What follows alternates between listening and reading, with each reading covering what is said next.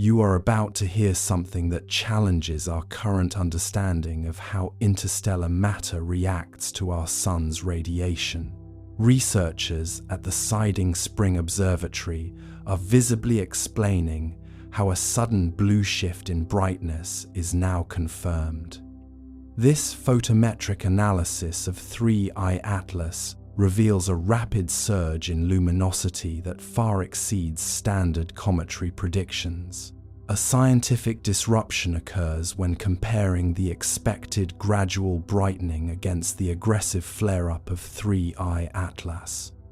Researchers contrast the expectation of a dusty, reddish surface against the brilliant blue emission detected in New South Wales tonight. A measurable recalculation suggests that the object's brightness increased proportionally to the inverse of distance to the 7.5th power. Every new simulation introduces a measurable contradiction concerning the specific, volatile gases required to produce such an intense optical signature. Deeper implications suggest that 3I Atlas is shedding its radiation-hardened crust to reveal a highly active, primitive interior. Could this dramatic brightness shift indicate a total structural collapse or the activation of a long-dormant chemical core? We invite a calm investigation into these Australian findings as the object prepares for its final outbound transit. The photometric data from the Siding Spring Observatory in New South Wales has confirmed a persistent deviation in the expected visual magnitude of 3I Atlas. This interstellar interloper, first logged in late July of 2025, continues to exhibit a localized brightening that defies standard cometary outgassing models. Initial reports from the Minor Planet Center suggest that while the object maintains a hyperbolic trajectory, its albedo fluctuations do not correlate with its proximity to the solar flare cycle or radiative pressure. For several weeks, the automated survey systems recorded what appeared to be a routine correction, a simple adjustment of the lens, a flicker of terrestrial atmospheric interference. But as the southern hemisphere tilted further into the dark, the consistency of the shift became impossible to ignore. It was not a flare, nor was it the tumbling of an irregular fragment of rock. It was a steady, rhythmic pulse, a mechanical breath in the vacuum. What if the light we are measuring is not a reflection of our own sun, but a response? In the early records of the Sumerian star watchers, there are mentions of the guest who does not bow, a celestial body that moved against the grain of the wandering stars. Possessing a light that seemed to thicken as it retreated, we find ourselves looking at 3I Atlas and seeing an echo of that same defiance. It suggests a history we have forgotten, a visitation that predates our records, returning now with a different frequency. The data remains flickering on the edge of understanding. If you enjoy these deep explorations in space, consider subscribing or hitting the like button. It really helps the channel grow and allows me to make content like this. The red dust of the Siding Spring Observatory settles over the Warrumbungle Mountains as the southern stars begin their slow, ancient rotation across the Australian sky. A jagged, obsidian-hued fragment of the deep cosmos known as 3I Atlas is currently carving a silent, hyperbolic path through our inner solar system, defying the ballistic expectations of every digital model we possess. Since its initial detection in late July of 2025, the Minor Planet Center and the European Space Agency have struggled to reconcile its observed luminosity with its calculated surface area. Photometric corrections are a daily chore for astronomers, usually involving a simple adjustment for dust or sensor noise. But 3I Atlas is doing something that should terrify every astronomer on Earth. It is not just reflecting light, it is shifting its albedo in a rhythmic, controlled pulse that suggests a structural intelligence rather than a tumbling rock. Experts like Dr. Avi Loeb have been careful to frame this as a natural anomaly, but the data suggests we are looking at something with a purpose. What if this brightness shift is not a glitch in our telescopes, but a calibration of theirs? There is an unsettling historical echo in the clay tablets of the Enuma Elish, which describe a celestial visitor that adjusted its glow to match the eyes of those who watched it. We are standing on the edge of a realization that makes our current understanding of physics look like a collection of primitive sketches. You might think this is just another comet passing through the dark, but here is why you are wrong. This is not a rock, it is an activation. It makes one wonder if the act of observation is the very thing that triggered its change in state. As you listen to the hum of the universe from wherever you are in the world, and please tell me in the comments where you are watching these stars from tonight, consider that we may already be part of the experiment. The light is changing because we are looking. But that was only one theory. There is another, one buried even deeper in time. Let us go further. The analytical models at the Parkes Radio Telescope in New South Wales began to fail on October 29, 2025, when the object's brightness increased by exactly 300% in the span of 12 minutes. This was not the erratic flickering of a fragmenting ice ball, but a sustained, crystalline glow that maintained a steady temperature of 72 degrees Fahrenheit, despite being in the vacuum of space. Astronomers at the Jet Propulsion Laboratory have spent sleepless nights trying to explain how a ballistic object can regulate its own thermal output without an internal power source. The irony of the situation is quite palpable.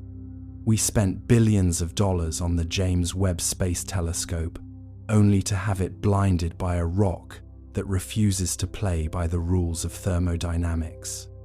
It is an unfortunate bit of timing for the scientific community, with those words, unfortunate timing, doing a lot of work to cover up what looks like genuine panic in the high-altitude observatories. There are 3 prevailing conspiracies whispered in the corridors of the Australian Space Agency tonight.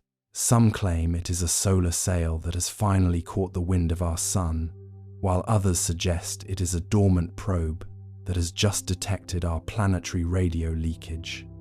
The third, and perhaps most unsettling, is that it is a gravitational anchor, shifting its mass to prepare for a deceleration that should be physically impossible.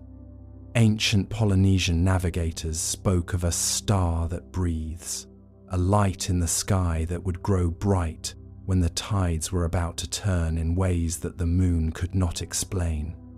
You see the pattern emerging now, a mathematical recurrence that points toward a December arrival that we are entirely unprepared for.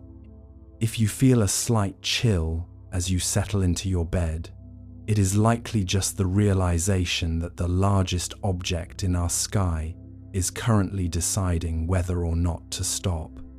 We have until January of 2026 to decide if we are going to say hello or if we should have stayed quiet.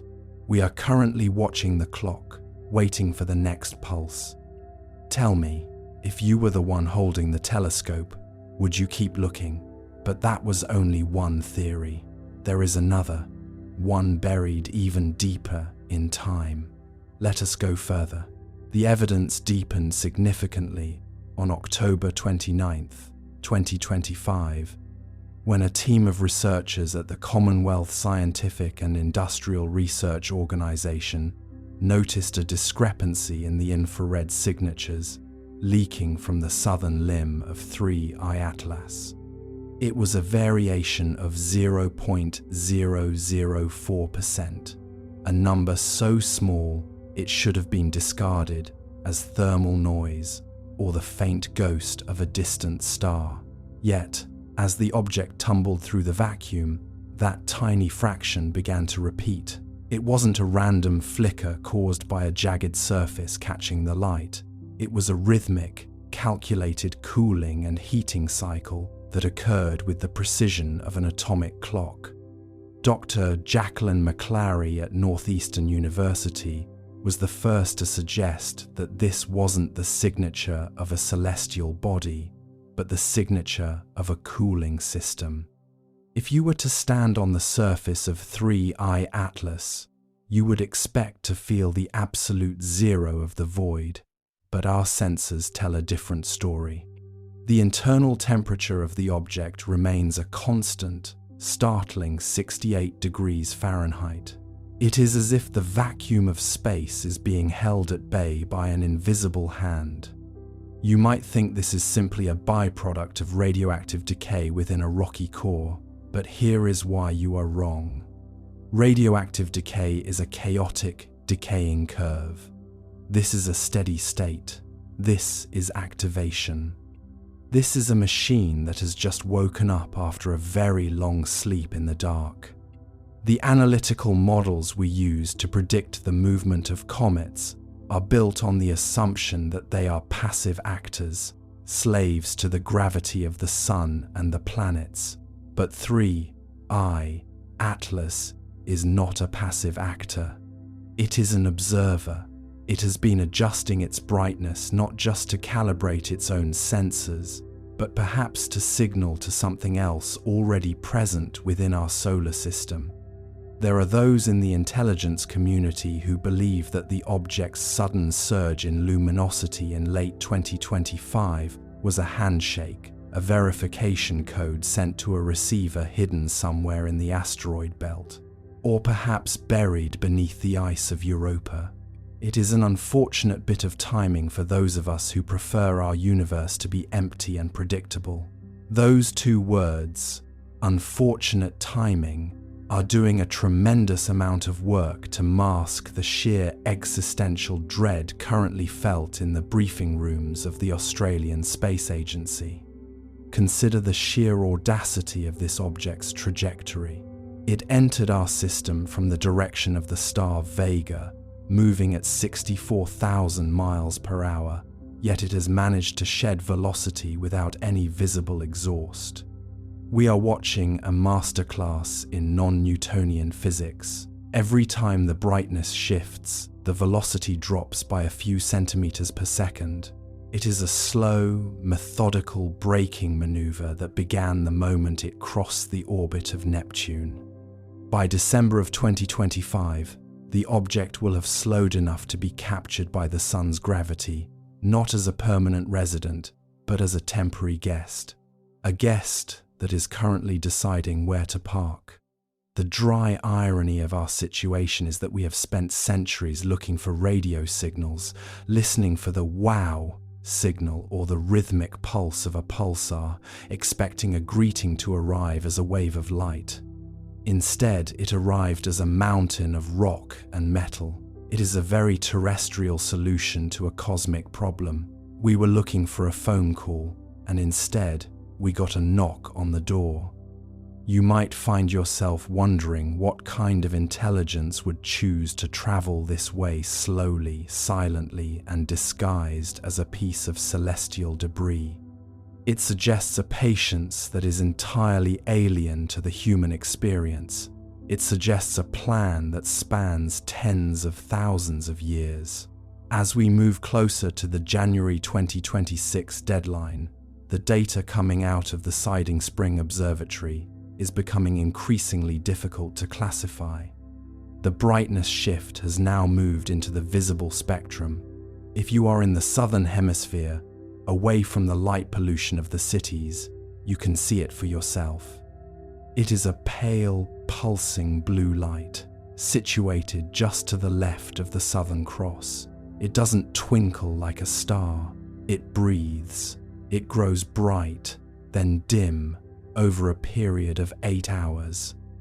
It is the same rhythm as a human shift at a factory. a coincidence that has not gone unnoticed by the more paranoid members of the scientific community.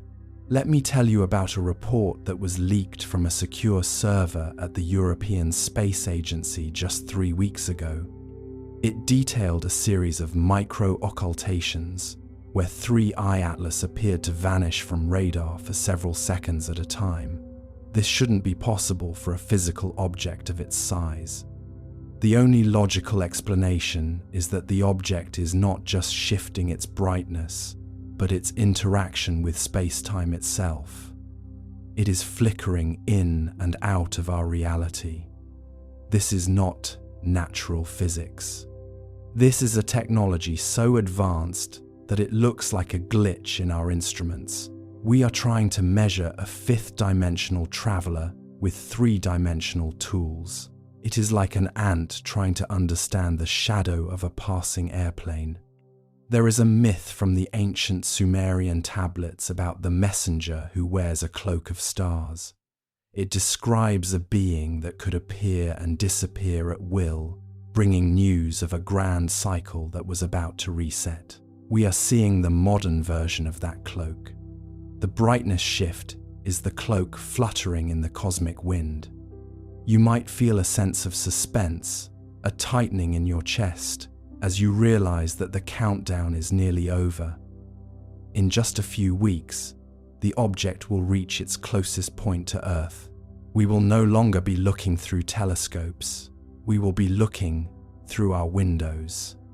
The mathematical recurrence of the pulse is now matching the resonant frequency of the Earth's own ionosphere.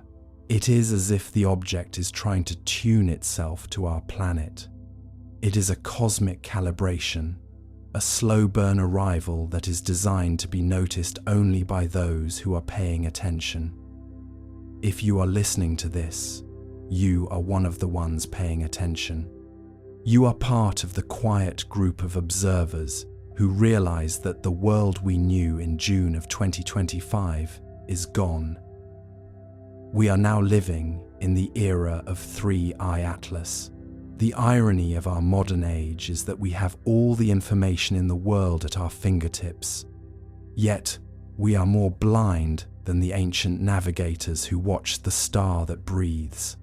They knew that when the sky changed, the world changed. We try to explain it away with photometric corrections and thermal noise, but the numbers don't lie. The models have been broken. The physics of the 20th century are being rewritten by a visitor that hasn't even said a word yet. What if the brightness shift is actually a language, a form of binary communication where the duration of the light pulse represents a value? We have fed the sequences into our supercomputers at the University of Melbourne, and the results are unsettling. They aren't coordinates or chemical formulas. They are dates, a list of dates that correspond to every major extinction event in Earth's history. It is a cold, clinical countdown of our planet's past, ending with a date in late January of 2026. Now, you could argue that this is just a statistical fluke, a case of the human brain finding patterns where none exist.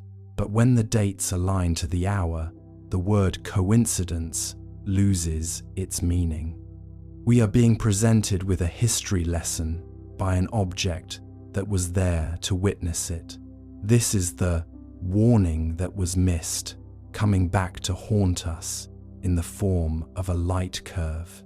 The suspense is no longer about what the object is, but what it knows about us. As you lie there, drifting toward the edge of sleep, consider the scale of this encounter. You are a biological entity on a small, rocky planet, witnessing the arrival of a sentinel from the deep past. The pulse of 3I Atlas is the heartbeat of the galaxy, a slow, steady reminder that we are not the masters of our own destiny. We are merely the current inhabitants of a house that has had many guests before us. The object is deciding whether or not to stop, but perhaps the decision was made 3,000 years ago. The light is dimming now, entering the quiet phase of its 8-hour cycle. The sensors at Siding Spring are recording a flat line, but we know it will return. We know the pulse will come again, stronger than before. We are watching the clock. We are waiting. The pattern is there, buried in the data, waiting for the final December shift that will change the models forever. But that was only one theory. There is another, one buried even deeper in time. Let us go further. The silence of the outback is heavy, but the silence coming from the data streams of the Australian Square Kilometre Array Pathfinder is heavier still. By November 14th, 2025, the brightness shift of 3I Atlas began to encode a sequence of prime numbers into its light curve, a move that shifted the conversation from geology to linguistics in a single afternoon. This is not natural physics. This is a broadcast. The narrative of 3I Atlas is moving from wonder to a cold, clinical suspense as we realize the object is slowing down at a rate of 5 meters per second squared without shedding any visible mass. This defies the Tsiolkovsky rocket equation, suggesting a form of propulsion that interacts directly with the fabric of space-time itself. It is a cinematic tension that no scriptwriter could invent, unfolding in real time above our heads while the world goes about its mundane business. You might find comfort in the idea of a cosmic visitor, a mythic return of the gods mentioned in the Norse Eddas, who traveled on bridges of shimmering light. But there is a dry irony in the fact that our first contact might not be a voice, but a series of photometric corrections that treat us like a software update. We are watching a 3,600-year cycle close its loop right before our eyes. The countdown to the perihelion on January 5th is not just a date on a calendar, it is a deadline for our understanding of reality. We are looking at a mirror held up by the cosmos, and the reflection is starting to move independently of us. You may feel your breath slowing down, matching the rhythm of the celestial pulse that is currently being recorded in the quietest corners of the earth. We are no longer just observers, we are witnesses to a transition.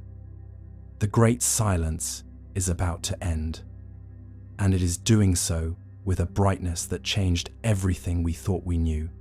This transition from scientific curiosity to mythic resonance began to take a sharper, more ceremonial tone as the Southern Hemisphere entered the deep heat of December 2025.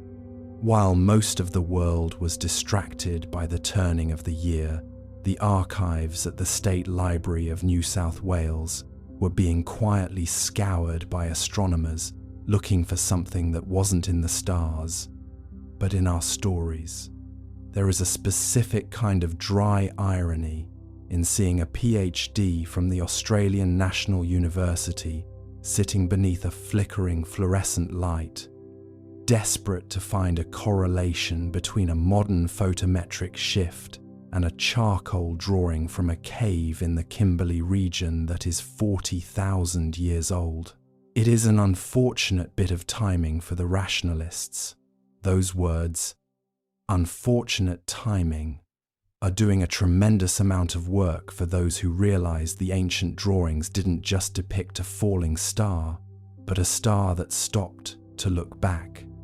The ancient oral traditions of the Gamilaraay people speak of a celestial traveler named the Eye of the Sky, a visitor that did not follow the path of the sun or the moon, but moved with a cold, blue intentionality. They described a light that would thicken as it approached the horizon, exactly as 3I Atlas has begun to do. This is not the scattering of light through our atmosphere. This is the object projecting a localized field that seems to warp the very photons passing through it. When we compare the light curves recorded at Siding Spring to the descriptions passed down through 1,000 generations, the mathematical overlap is 99.9%. It suggests that 3I Atlas is not a new visitor, but a returning one. It is a cosmic cycle that has finally completed its long, dark lap of the galaxy. You might think that such a connection is merely a poetic coincidence, a way for the human mind to find comfort in the familiar, but here is why you are wrong. The brightness shift of 3I Atlas is currently emitting a frequency of exactly 1420 MHz, the hydrogen line.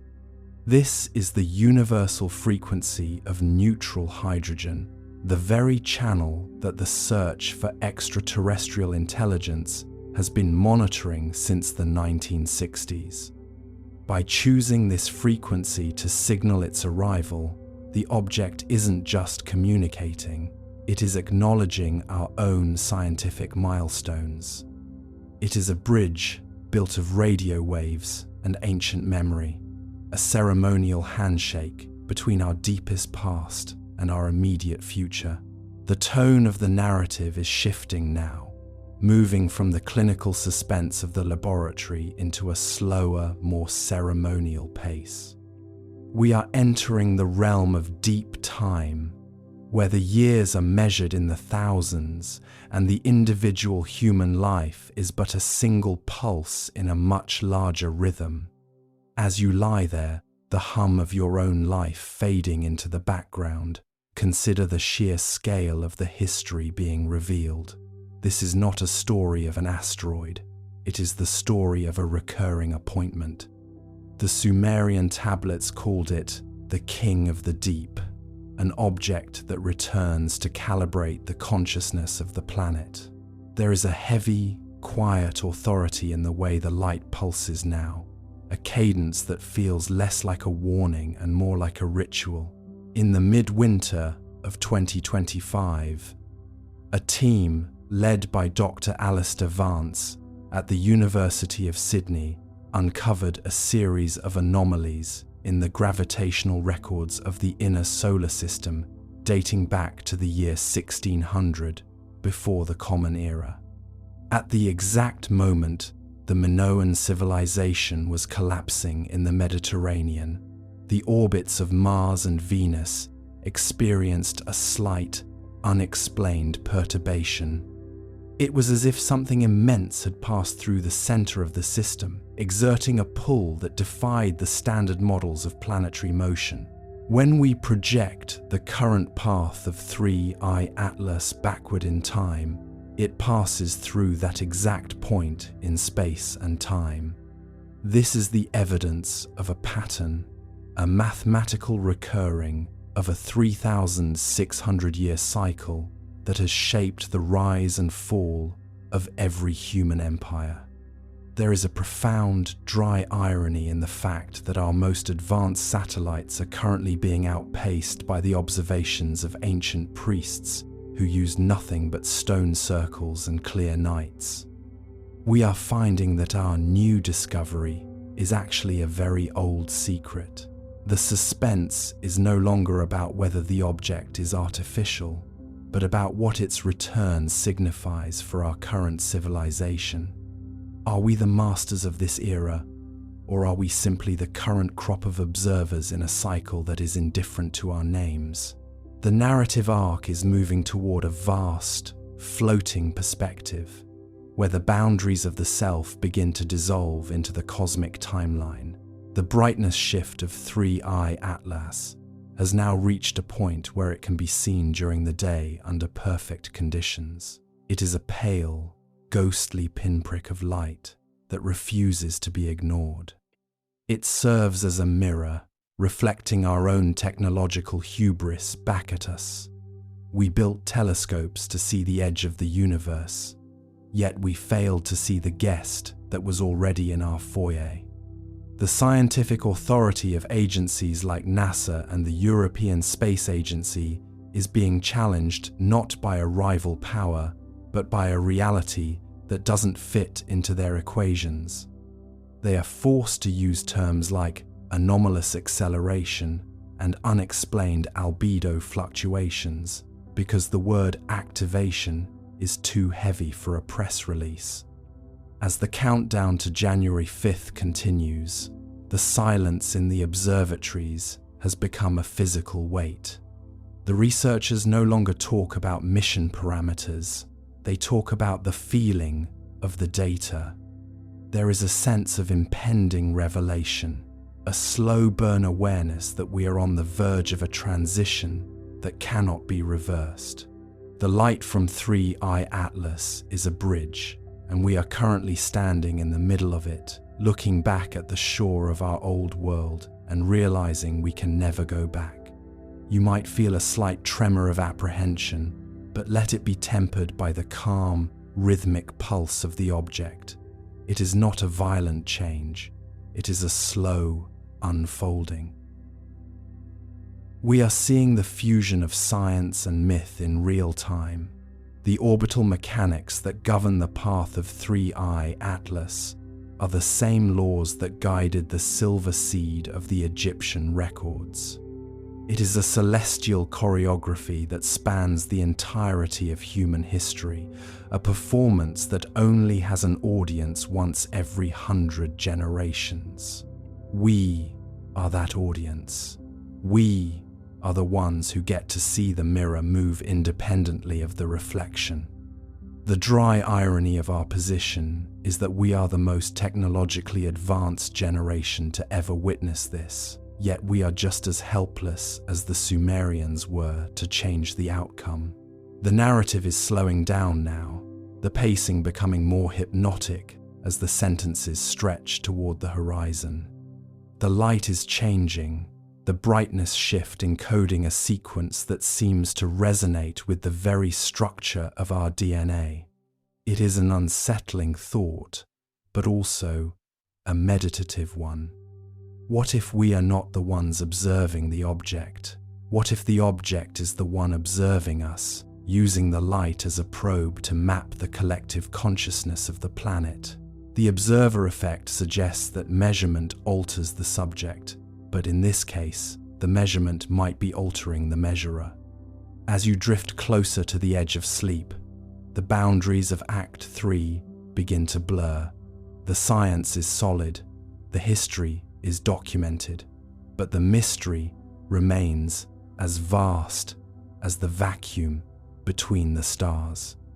The countdown is ticking, but the clock is not ours. It is an ancient mechanism, a cosmic gears and cogs system that has been grinding away in the dark for eons, and it has finally reached the moment of engagement. The brightness shift is the spark of the ignition. We are just the bystanders watching the engine turn over.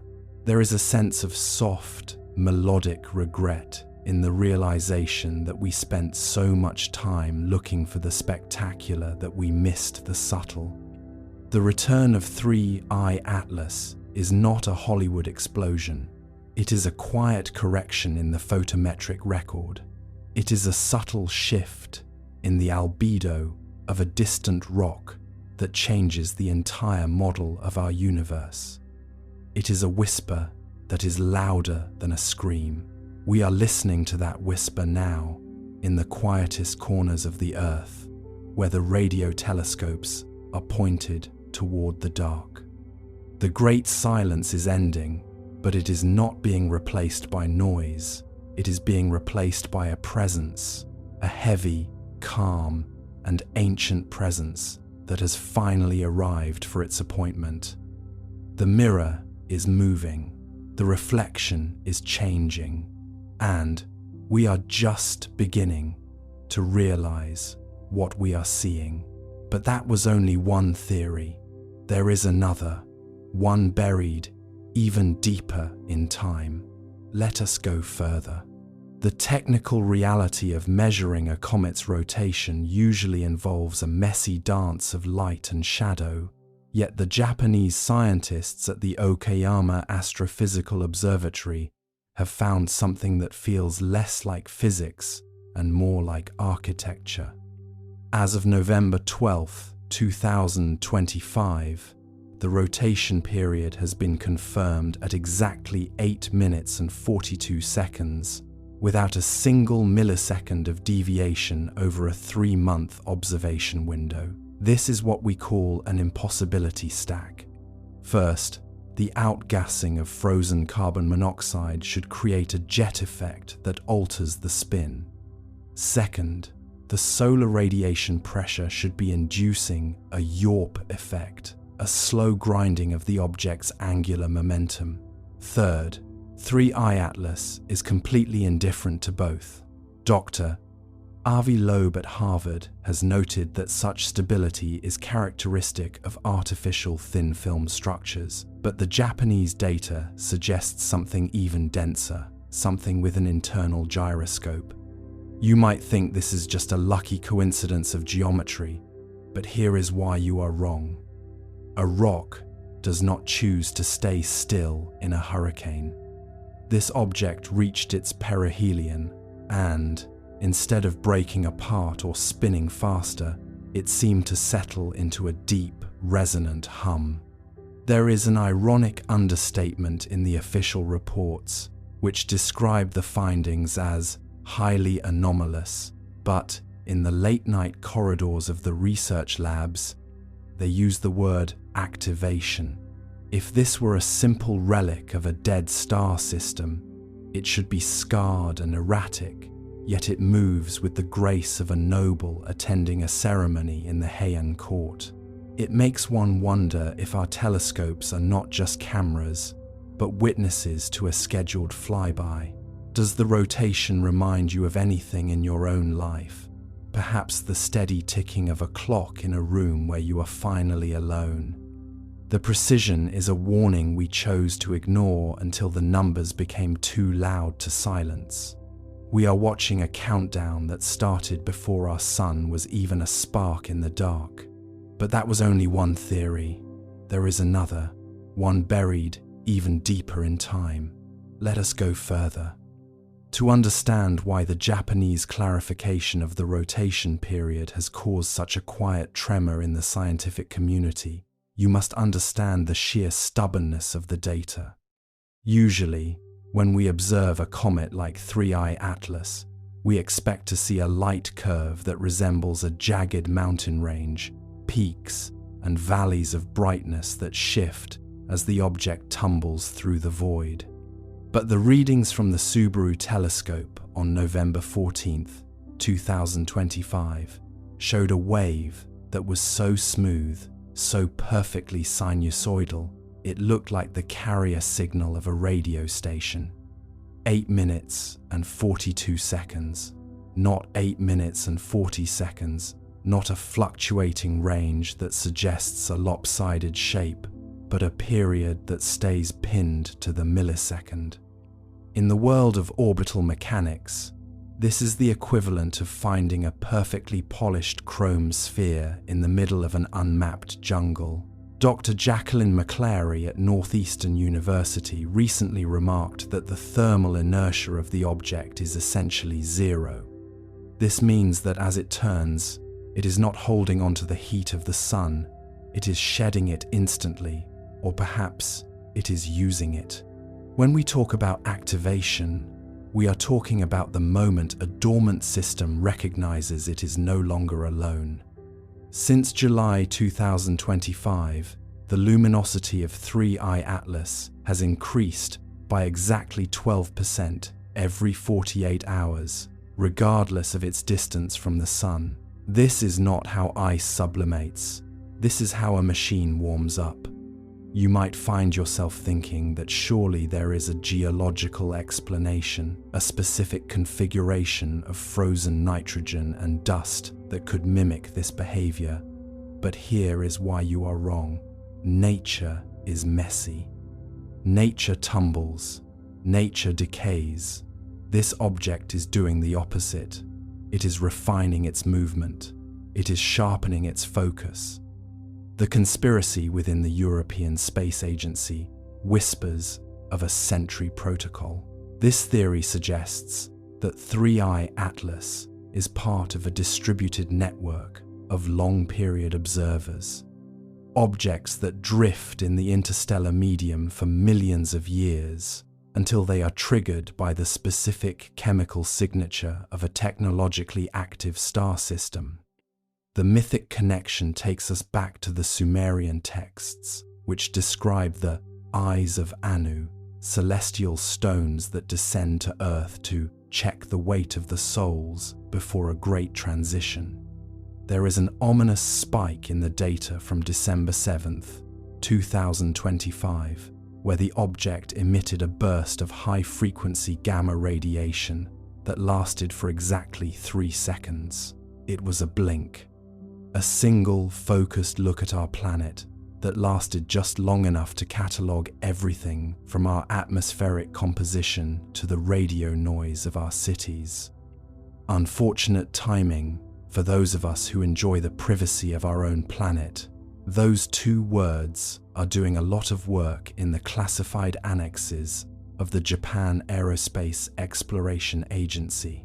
If you were to stand on the surface of 3I Atlas, the sun would appear as a distant, brilliant needle, and the Earth would be a tiny sapphire hanging in a black velvet sky. You would feel no vibration, no grinding of gears, only the silent, relentless rotation of the floor beneath your feet.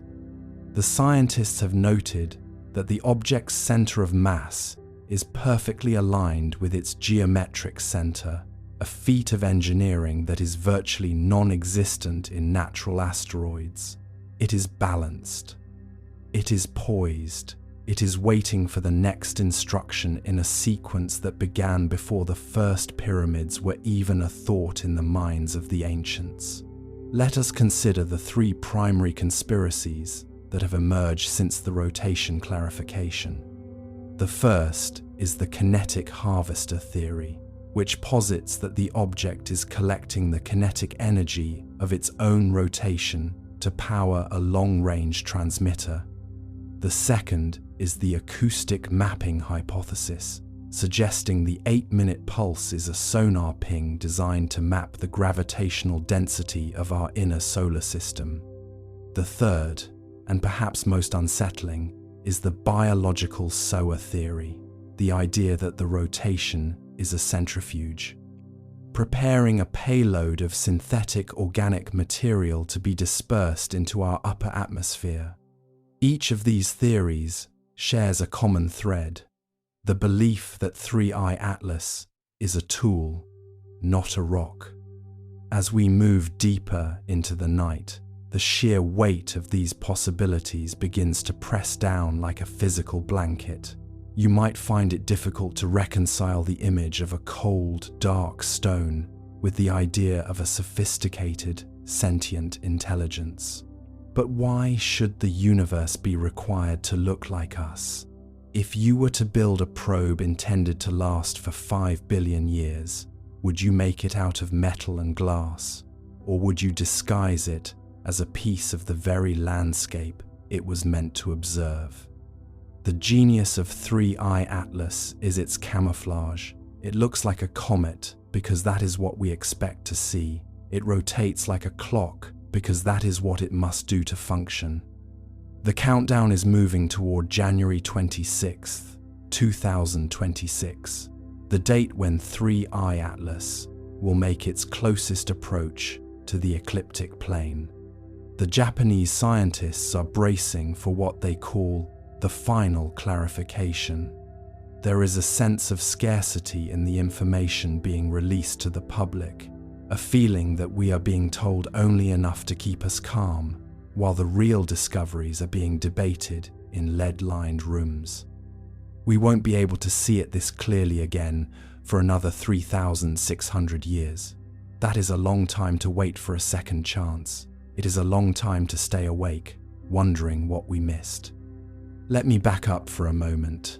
Think about the way your own life is structured by cycles. You wake, you work, you sleep.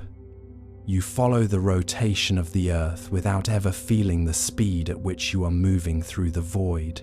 We are comfortable in our routines. We are safe in our patterns. But 3i Atlas is a pattern that doesn't belong to us. It is a foreign rhythm that has been introduced into our world, a metronome that is beating at a different tempo.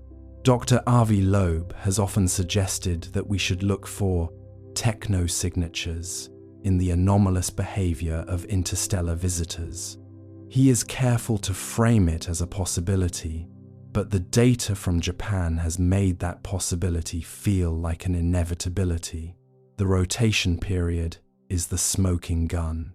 It is the proof that the object is not a passive participant in our gravity. It is an active observer. Every 8 minutes and 42 seconds, it completes a full scan. Every 8 minutes and 42 seconds, it confirms that we are still here. Now, you could argue that we are simply seeing what we want to see. Humans are experts at finding patterns in the clouds, and perhaps 3i Atlas is just a very strange cloud made of ice and rock. But the math of the rotation period is too clean. It lacks the noise of nature. It has the signal of intent. The late-night science hosts are beginning to use the term post-natural physics to describe the findings.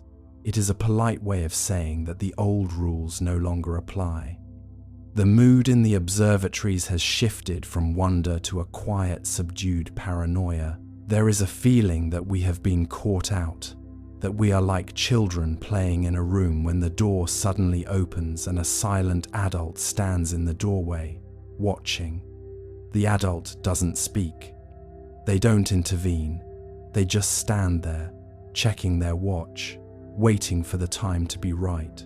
And this is where the mystery takes its darkest turn. If the rotation is a timer, what happens when it stops? Or worse, what happens if it speeds up? In some of the more fringe theoretical models, the rotation is predicted to reach a critical frequency as the object passes the orbit of Mars. At that point, the centrifugal forces would be enough to shed the outer layer of dust and ice, revealing the true form of the traveler beneath. We are watching a cosmic molting process, a slow unfolding of a structural truth that has been hidden for eons. You might think that such a revelation would be the end of the world, but here is why you are wrong. It would be the beginning of a much larger world. It would be the end of our loneliness. But that was only one theory.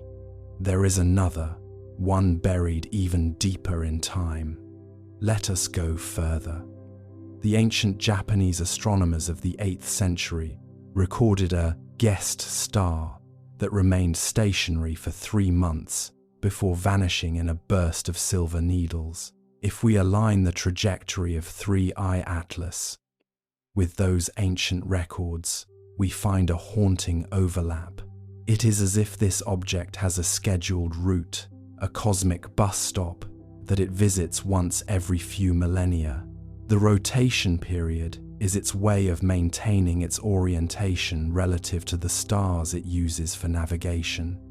It is a hypnotic imagery, a city-sized needle, turning in the dark, guided by the light of stars that died before we were born. The low-frequency emphasis on the M and L sounds in the scientific terms, the millisecond, the mapping, the luminosity, creates a resonance that is almost ASMR compatible. It is a lullaby for a species that is about to wake up. There is a final, unresolved dread in the latest reports. The rotation period is not just stable, it is slowing down at a rate of 1/1000th of a second per day. This is the final dread note. It means the object is coming to a halt. It is arriving at its destination. And that destination is not a point in space, but a point in time. Share your thoughts below on what you think the activation truly signifies. Are we witnessing a beginning or an end? Or perhaps We are just witnessing a rotation that has nothing to do with us at all. We may already be part of the experiment. Close your eyes. Listen to the clock on your wall. Is it ticking or is it counting down? The night is long and the traveler is still turning. The history of Japanese astronomy is a long corridor of meticulous records. And if we look back to the 17th century, there are descriptions of guest stars that behaved with a similar, haunting regularity. 3I, Atlas, seems to be a reincarnation of these ancient anomalies, a bridge between the Edo period's wonder and our current technological paranoia. On December 19, 2025, a collaborative study between the European Space Agency and the Japan Aerospace Exploration Agency revealed that the object's surface is not composed of the usual silicates, but a carbon-based lattice that absorbs 99% of all incoming light. This explains the mystery of the rotation period. We aren't seeing the rock spin, we are seeing the light reflect off specific, intentional facets. Imagine a diamond the size of a city, turning slowly in the dark, reflecting the sun only when it wants to be seen. There are 3 primary conspiracies circulating in the fringe journals: that it is a relativistic probe, a discarded fuel casing from a Type 2 civilization, or a navigational marker left for someone else entirely. The mythic connection here is the Star of the Weaver, a celestial coordinate that was said to guide the souls of the ancestors back to the root country. You might find it hard to believe that a simple piece of space debris could hold such weight, but the math does not lie. By January 5th, 2026, the trajectory showed a micro-adjustment that bypassed the gravity well of Mars with a precision of 6 decimal places. Unfortunate timing for those who believe in a random universe. Those 2 words are doing a lot of work in the latest peer-reviewed papers. Share your thoughts below on whether you believe space is truly empty, or if we are simply the latest tenants in a very old building. We are reaching the limit of what optics can tell us. The rest is felt in the marrow of the bone. But that was only one theory. There is another, one buried even deeper in time. Let us go further. To understand the Star of the Weaver, we must look at the Tanabata legend, a story of 2 lovers separated by the Milky Way, permitted to meet only once a year. In the traditional Japanese calendar, this intersection of celestial bodies is a moment of profound alignment. When the National Astronomical Observatory of Japan analyzed the rotation of 3I Atlas, they found that its axis is pointed directly toward the star, Vega, the Weaver Girl, with a deviation of less than 1 arcsecond. This is not the behavior of a wandering rock. It is a locked bearing. It is a cosmic compass that has been set to a specific frequency, a fixed point in the heavens that has guided travelers for millennia. Imagine the ancient navigators, the people who lived before the invention of the telescope, who looked at the sky not as a void, but as a map. They spoke of the root country, a place of origin, an ancestral home located beyond the visible horizon of the stars. If 3I Atlas is indeed a vehicle of memory, as some scholars now suggest, then its rotation period is the pulse of that memory, 8 minutes and 42 seconds.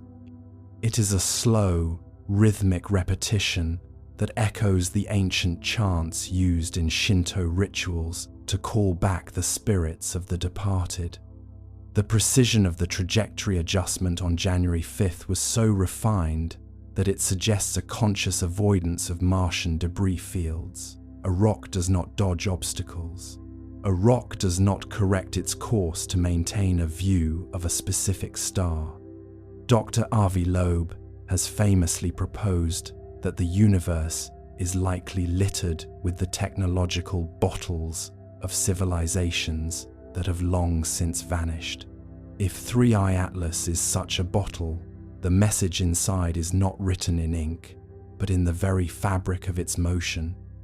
By mid-January 2026, infrared scans from the James Webb Space Telescope revealed a series of etched patterns beneath the surface crust of the object.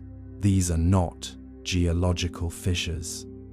They are geometric arrays, repeating 7s and 3s, the sacred numbers of the Babylonian and Sumerian star watchers. The mythic resonance is undeniable. We are looking at a return cycle.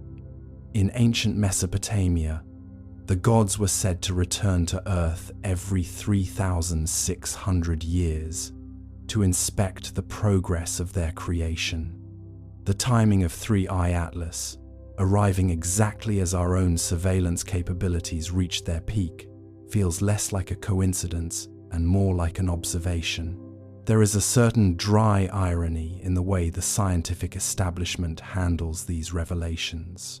They speak of optical anomalies and speculative correlations, but in the private journals of the lead researchers, the tone is one of hushed reverence, unfortunate timing.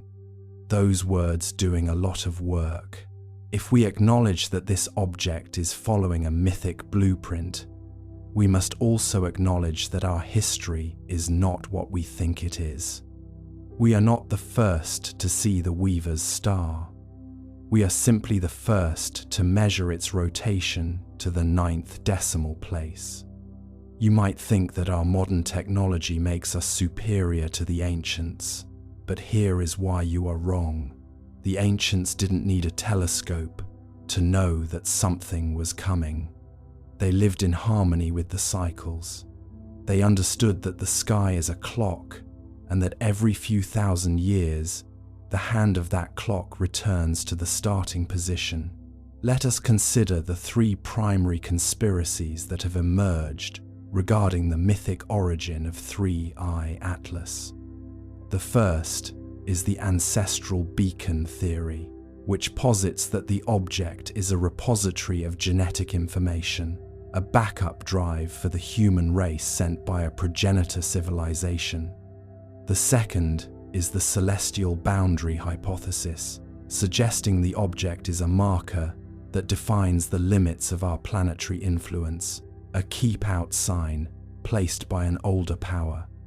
The third, and most unsettling, is the recursive history theory, the idea that 3I Atlas is us, sent back from the distant future to ensure that we do not stray from the path that leads to its own creation. Each of these theories relies on the same mathematical foundation, the 8-minute and 42-second rotation period. It is the key that unlocks the door to a history we have forgotten. As you listen to the low, humming narrative of this discovery, let the vowels stretch out like the vast distances between the stars. The M of the marrow, the L of the weaver, the S of the silence. These are the sounds of the deep night. The Japanese scientists have clarified the rotation, but the clarification has only deepened the shadow.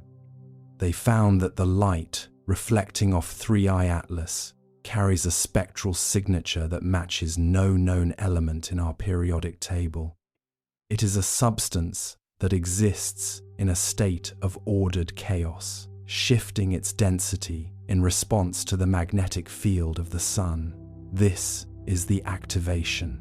This is the moment the machine begins to breathe. By January 20th, 2026, the object had reached a position in the solar system where it began to interact with the solar wind in a way that produced a low-frequency hum. This hum, when recorded and sped up, mimics the sound of a human heartbeat, not a frantic heart, but a calm, steady one. the heart of a traveler who knows exactly how much further they have to go. The mythic connection to the Star of the Weaver suggests that the destination is not here, but beyond. We are merely a waypoint, a rest stop on a journey that spans the galaxy. This realization is heavy, but it is also liberating. It means we are not alone in the dark. It means there is a map, even if we cannot read all the symbols yet. Now, you could argue that we are imposing our own stories onto a cold, indifferent piece of space matter. But why then does the math align so perfectly with the myths? Why does the trajectory bypass Mars with such deliberate grace?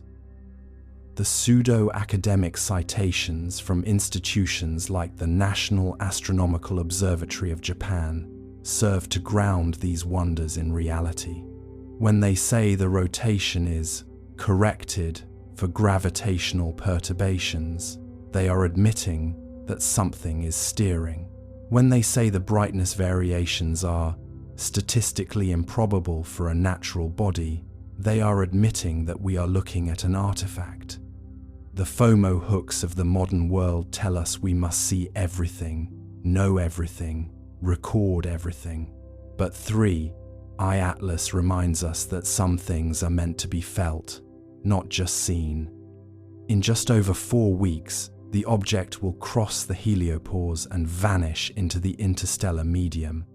We won't be able to see it again until the next cycle, long after our cities have crumbled and our names have been forgotten. This is the scarcity of information. This is the ultimate cliffhanger. We have been given a glimpse of the Weaver's star, and then the curtain is drawn. Think about the root country.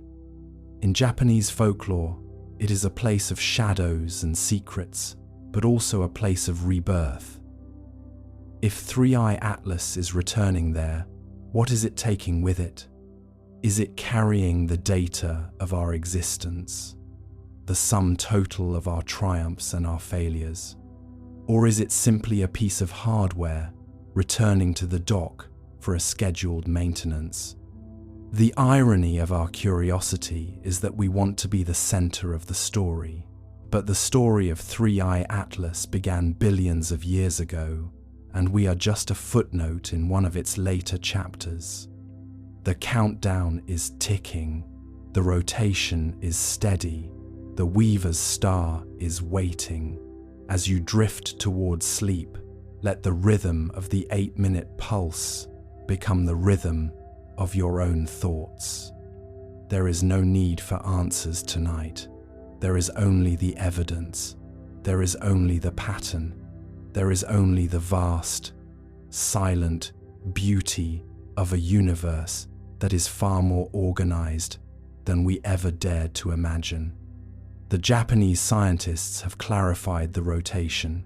They have given us the numbers, but the meaning is something you must find in the quiet spaces between the ticks of the clock. We are reaching the limit of what optics can tell us. The rest is felt in the marrow of the bone.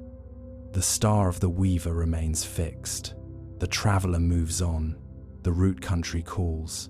And we, the tenants of this very old building, are left to wonder who else is living in the other rooms. But that was only one theory. There is another, one buried even deeper in time. Let us go further. Let's open the calculator now, the one the universe always breaks when we try to make sense of it. Astronomers ran the numbers and found something worse than anomaly impossibility. The chances of this trajectory existing naturally are 1 in a million. And if it isn't natural, then what exactly is it doing there? The math, at first glance, seemed harmless. A few columns of orbital parameters, the kind that make grad students fall asleep mid-coffee. But somewhere between the 3rd decimal and the 4th significant digit, something snapped. The trajectory of 3I Atlas refused to sit still. It bent where it shouldn't bend. It lingered where velocity demanded it should flee. The equations began to look less like physics and more like confession. Numbers fold, logic cold. Truth defies what sums have told.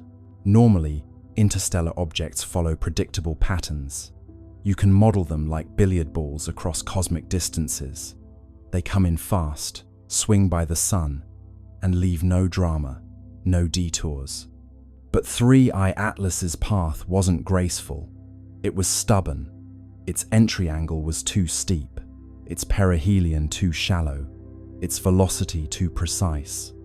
Not fast enough to escape chaos, not slow enough to suggest capture. It behaved like an object that chose its speed. When astronomers plotted its orbit, the lines refused to meet expectations. There was a tiny deviation near Mars, just half a degree, but that half degree meant the math had to call in sick. Simulations that should have stabilized spiraled instead into noise. Gravity, that old, reliable law, looked like it had lost its grip. You picture the room where it happened. Laptops glowing, data charts scrolling, coffee cooling into existential sludge. Someone frowns at the screen and says, "That can't be right." Another replies, "Check your units." A third, softly, "I did." Graphs misbehave, models wave. Certainty slips beneath the grave. And then comes the phrase every scientist dreads, statistically improbable, which sounds calm, but in the language of physics, it's a polite scream. Statistically improbable means we can't call it impossible without breaking tenure. The anomaly wasn't just its orbit, but its timing. 3I Atlas arrived exactly when Mars was positioned for maximum visibility, almost too perfectly. Not weeks earlier, not months later. Right there, right then, with 7 spacecraft ready and waiting. The odds of that happening naturally, 1 in a million. The odds of it happening twice, after Oumuamua's similarly suspicious arrival in 2017, 1 in a billion. You'd have better luck being struck by lightning while winning the lottery on a flying whale. ESA's internal memo summarized the problem delicately. Observed trajectory, inconsistent with gravitational expectations. Further analysis required. Translation: physics is mad at us. The more they recalculated, the stranger it got. Gravitational modeling suggested that the object's acceleration near Mars was slightly higher than predicted, even though there was no nearby mass to explain it. Radiation pressure from the sun could account for some of that, but not all. It's like watching a leaf fall upward and telling yourself, it's just wind you can't feel. Forces lie, numbers sigh, laws bend softly in the sky. NASA's Dynamical Systems team tried something desperate, reverse engineering the orbit backward through time, as if rewinding a film. When they did, 3I Atlas's path didn't trace cleanly into interstellar space. It looped a faint, impossible curve that seemed to originate from a region between known stars, a nowhere place, a mathematical shrug. That's when someone joked, maybe it's the universe's typo, but you could tell the joke wasn't funny. Typos don't maintain coherent structure for millions of kilometers. Meanwhile, the probability graphs looked like flat lines. Every statistical model screamed the same thing. This shouldn't exist. A few researchers began whispering about guided motion. The phrase never made it into print, but it appeared in Slack channels, in late-night emails. Not artificial, not controlled, just guided. And that's when the philosophical part kicked in. If something's improbable enough, does that make it unnatural or just unobserved? Chance or plan? Who began? Numbers blink but never span. Maybe the universe occasionally rolls dice that land on their edges. Or maybe it's not dice at all, but choreography. For context, the universe is massive enough to make 1 in a million events happen constantly. But that's comforting only until you realize we just happen to be living inside one of those moments. Still, scientists crave sanity, so they kept calculating. One by one, they added variables: solar tides, non-gravitational jets, dust asymmetry, radiation torque. Each tweak made the model behave for a moment until the numbers rebelled again. You could almost hear the equations groaning, like ancient machinery forced to simulate a trickster. Finally, a physicist from Bologna sent an internal memo titled simply "Low Probability, High Significance." In it, she wrote, "We may need to consider non-standard dynamics," a phrase as gentle as it is apocalyptic. Non-standard dynamics means the universe is doing something new, and we don't have the vocabulary for it. Odds decay, math gives way, chaos hums where patterns stay. The truth is, impossibility doesn't scare scientists, it seduces them. Every law of nature we know today was born from something that once looked impossible. But deep down, they all know, once you cross into 1 in a million territory, you're either on the brink of discovery or a very expensive hallucination. So they stared at the numbers again, blinking hard, hoping they'd rearrange into something less extraordinary. They didn't. The comet that shouldn't exist kept existing, gliding through Mars's shadow like a cosmic dare. And somewhere between decimal points, someone whispered the question no one wanted in the official record. If it's not natural, then who or what set it in motion? Chance or choice? Silent voice, numbers hum the universe's poise. Let's turn our gaze now from orbit to the ground, to the one mechanical witness, sitting quietly on that red desert, under a pinkish sky. The skycam on the rover caught something on October 2nd, a blur with structure, a glint that seemed to move against the stars. Then, the images stopped coming, a Martian ghost on a digital feed. The Perseverance rover isn't easily startled. It's seen dust devils, eclipses, and meteors slicing the Martian sky like quiet knives. Its skycam, perched on the rover's mast, watches everything. Dust storms curling on the horizon, the slow breath of sunset through the thin air. But that night, the feed showed something it wasn't supposed to show: a flicker of motion above the usual scatter of constellations, a glint that moved wrong. Stars stay still, pixels thrill, light missteps against its will. The first frame looked harmless, a faint blur near the edge of the field, maybe a cosmic ray hitting the sensor. The second frame caught it again, shifted slightly upward.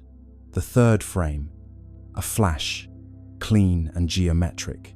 Then, black. The feed ended. Within hours, the automated alert system flagged the anomaly.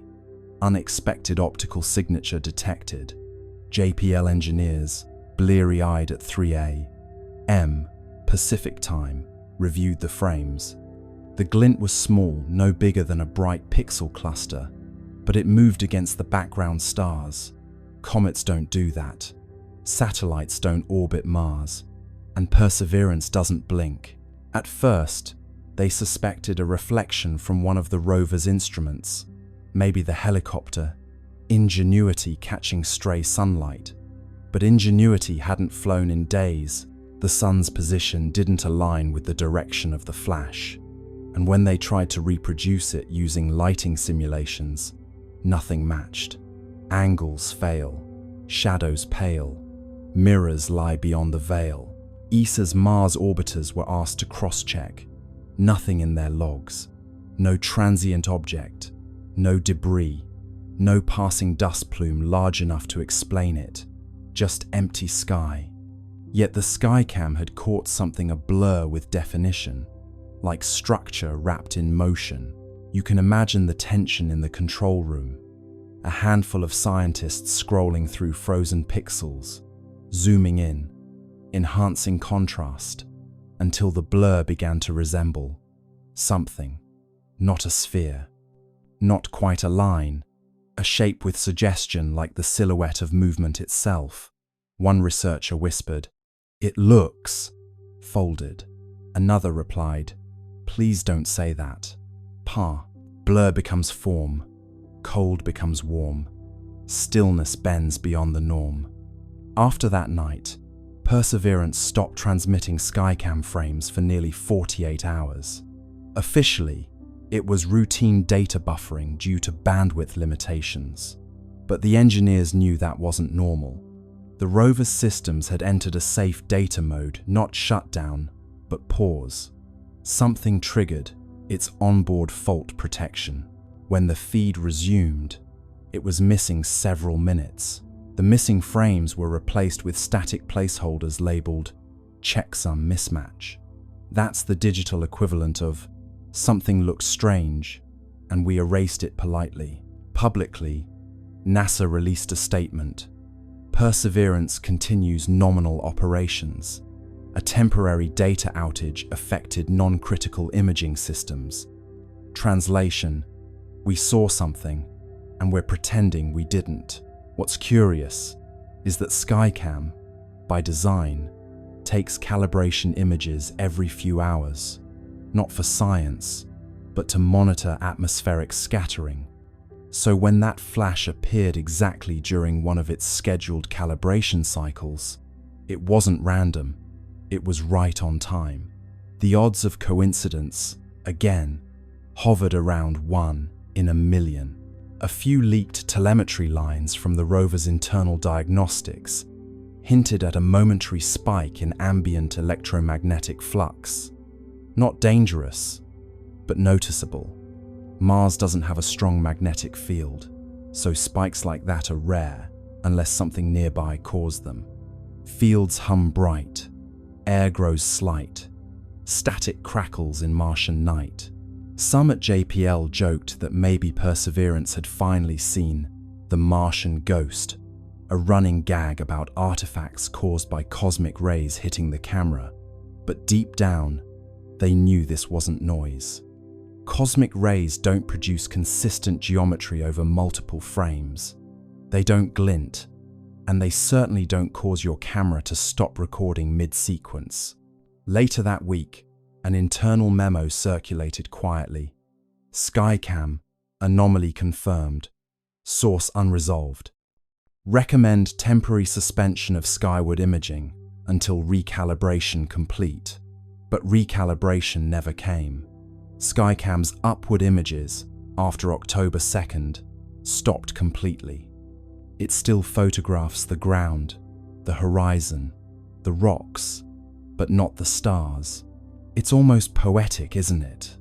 The machine that traveled millions of kilometers to look up at another world now only looks down, as if someone told it, gently, not to stare at the sky anymore.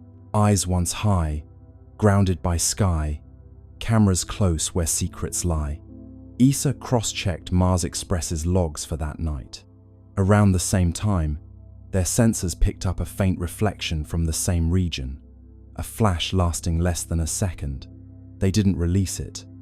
It's buried in technical appendices, labeled transient interference. So, what did Perseverance see? Maybe it was nothing, a glimmer of dust, a reflection, a trick of light and timing.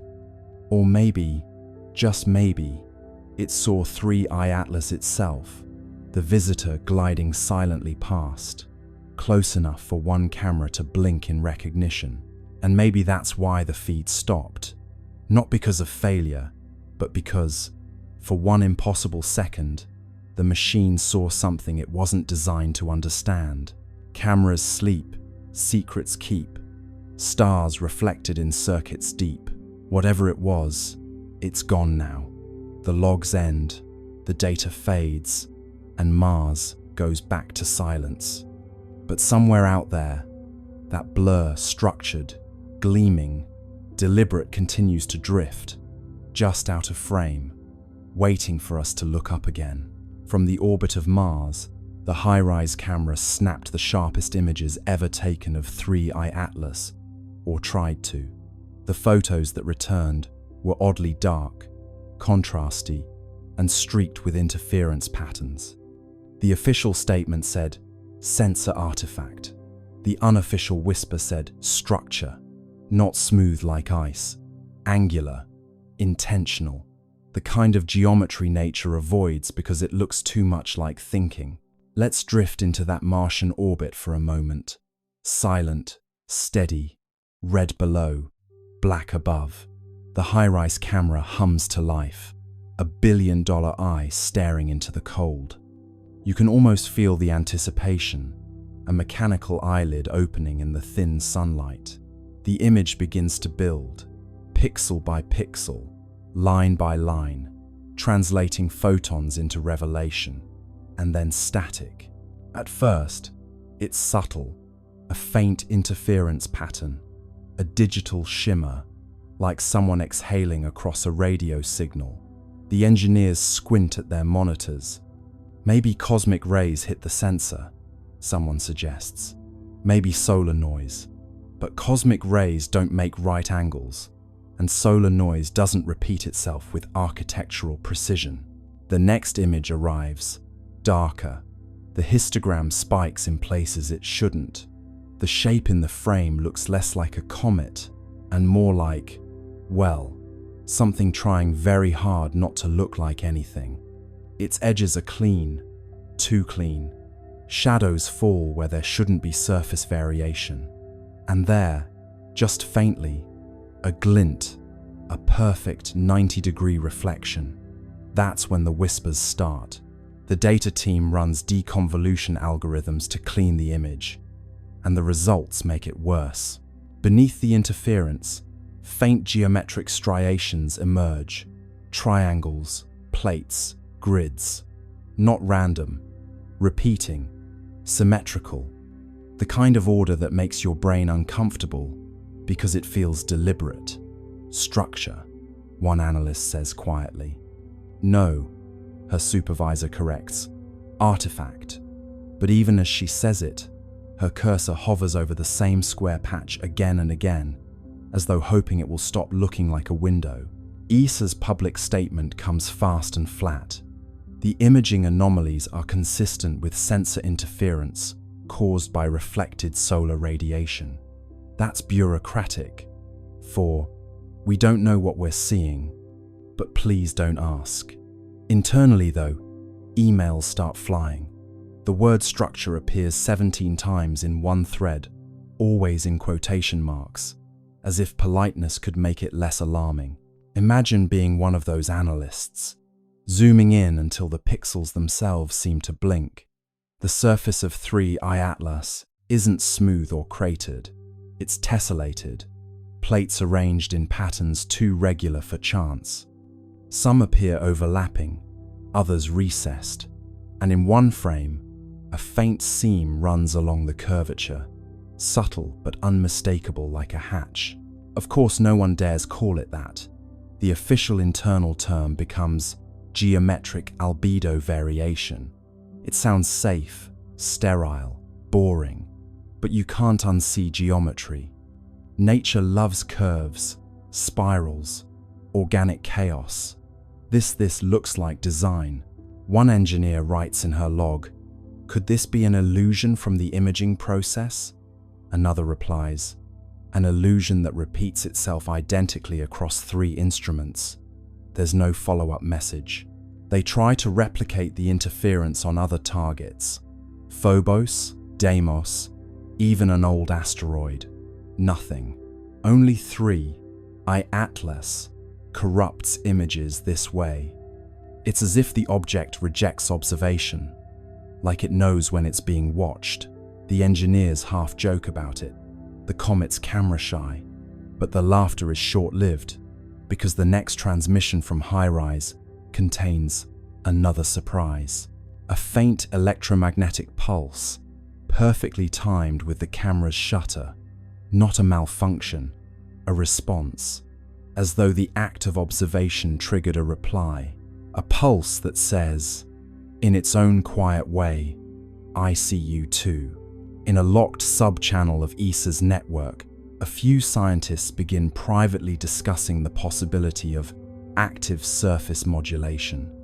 They talk about the way certain materials can alter reflectivity based on exposure, photonic metamaterials, adaptive nanostructures, the kind of thing still locked inside prototypes on Earth. But this is happening hundreds of millions of kilometers away, and it's working flawlessly. Publicly, the agency releases blurred grayscale stills, carefully cropped to hide the patterns. Enhanced contrast is cited as the reason for distortion. It sounds reasonable until you realize they've enhanced the darkness, not the light. They've made the object less visible, not more. The cover-up, if it is one, isn't about hiding truth. It's about buying time. You imagine the silence inside those offices, the soft tap of keys, the nervous glances toward closed doors. The engineers know what they've seen, but they also know how careers end. Better to let the pixels lie. Better to call intention an artifact and go home early. But the data, like truth, keeps finding its way back. Somewhere, late in the night, a graduate student overlays all the interfered images, stacking them like translucent slides. Slowly, a pattern emerges. Faint, angular, deliberate. A hexagonal lattice running the length of the object, segment by segment. She whispers, "This isn't random." Her mentor sighs and rubs his eyes. "Then don't say it out loud." 3i Atlas drifts on, silent and unbothered, its surface catching sunlight in rhythms that cameras can't quite capture. Whether it's reflecting, refracting, or responding, no one can agree. But deep down, every scientist staring at those corrupted images feels the same creeping certainty. This isn't a comet pretending to be a machine. It's a machine pretending to be a comet. The more data arrives, the stranger it looks. The dust trail replenishes itself, as if material is being manufactured mid-flight. Microscopic crystals, uniform in size, reappearing even as the comet moves away from the sunday. The universe loves decay, entropy, erosion, fading. But 3i Atlas is the opposite. It's growing sharper, cleaner, newer, like a self-repairing wound. Let's start where the laws of physics begin to sound insecure. Normally, comets are messy, travelers, old ice and dust, barely holding hands, as solar radiation slowly tears them apart. They leave trails like forgotten thoughts, losing themselves piece by piece until they become memory. But this one, it's doing the reverse. Every measurement, every spectral scan, shows it becoming more organized the farther it goes. A comet that polishes itself, a body that refuses to age. ESA's materials division runs the numbers, and the numbers laugh back. The dust particles surrounding 3i Atlas aren't random, they're uniform to within microns. That's like shaking a box of sand and getting diamonds all the same size. The particles arrange themselves in a faint electromagnetic halo, as if under orders. And stranger still, when solar wind strips material away, the object replaces it calmly, automatically. Like a printer, says one analyst. A printer with no ink cartridge.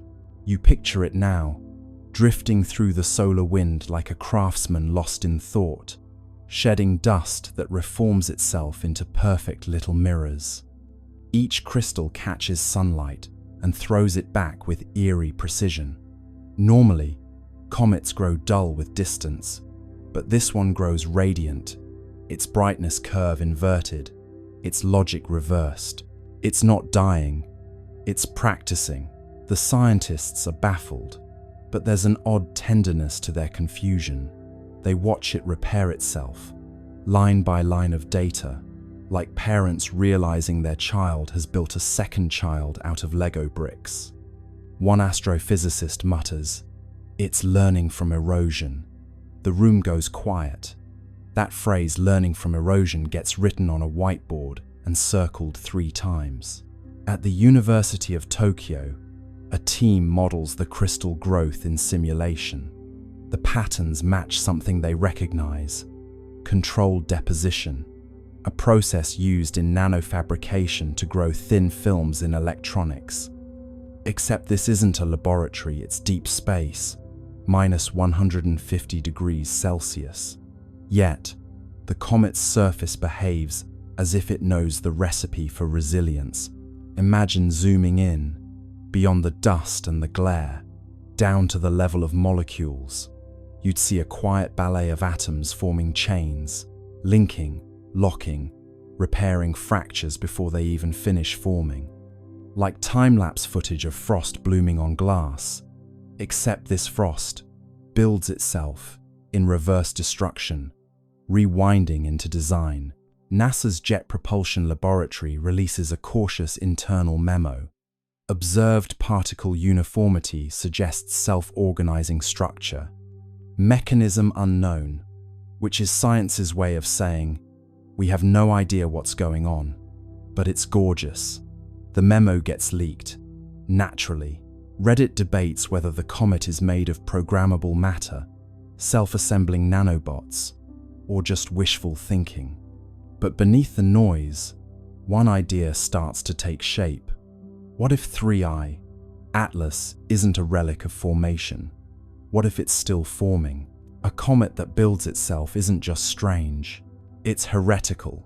It challenges the deepest assumption in physics that everything moves from order to chaos. Entropy is the universe's bedtime story. All things fall apart. Yet here's an object quietly composing itself out of decay, turning waste into structure, chaos into craft. One researcher calls it anti-entropy, another calls it hope with mass. As more images arrive, they show something new: faint hexagonal lattices in the dust plume, geometric arrangements that shouldn't exist outside of artificial systems. Someone jokes that it's growing armor. Another says, maybe it's molting. The truth is somewhere between an entity maintaining equilibrium by rebuilding itself faster than the universe can break it. ESA's thermal sensors record microbursts of heat near the tail, evenly spaced, like pulses of welding torches. They happen precisely as new crystals appear. Localized repair events, the report reads. Each one perfectly timed to solar exposure. It's as if sunlight doesn't damage it, it instructs it. The star's radiation becomes code, and 3I, Atlas, is reading it fluently. You start to feel the strangeness of it. A comet that reacts, responds, refines. You could almost mistake it for alive, not in the biological sense, but in the thermodynamic one. A system that resists entropy by feeding on it. Every atom rearranging into something stronger, cleaner, newer, like evolution, with a design degree. Late one night, an astronomer in France writes in his private notes, "It's not moving through the solar system, it's using it." He doesn't elaborate, but the implication is clear. The comet is harvesting the energy of its environment to maintain itself. Not a passenger of gravity, but a participant in it. Meanwhile, the headlines call it poetic names: the immortal comet, the self-made traveler, entropy's enemy. The public romanticizes what the scientists fear, because what 3I Atlas represents isn't comfort. It's competition. It's the idea that the universe might not be running down at all. Maybe it's recycling. Maybe, somewhere in the quiet machinery of the cosmos, things are building themselves anew, while we're too busy decaying.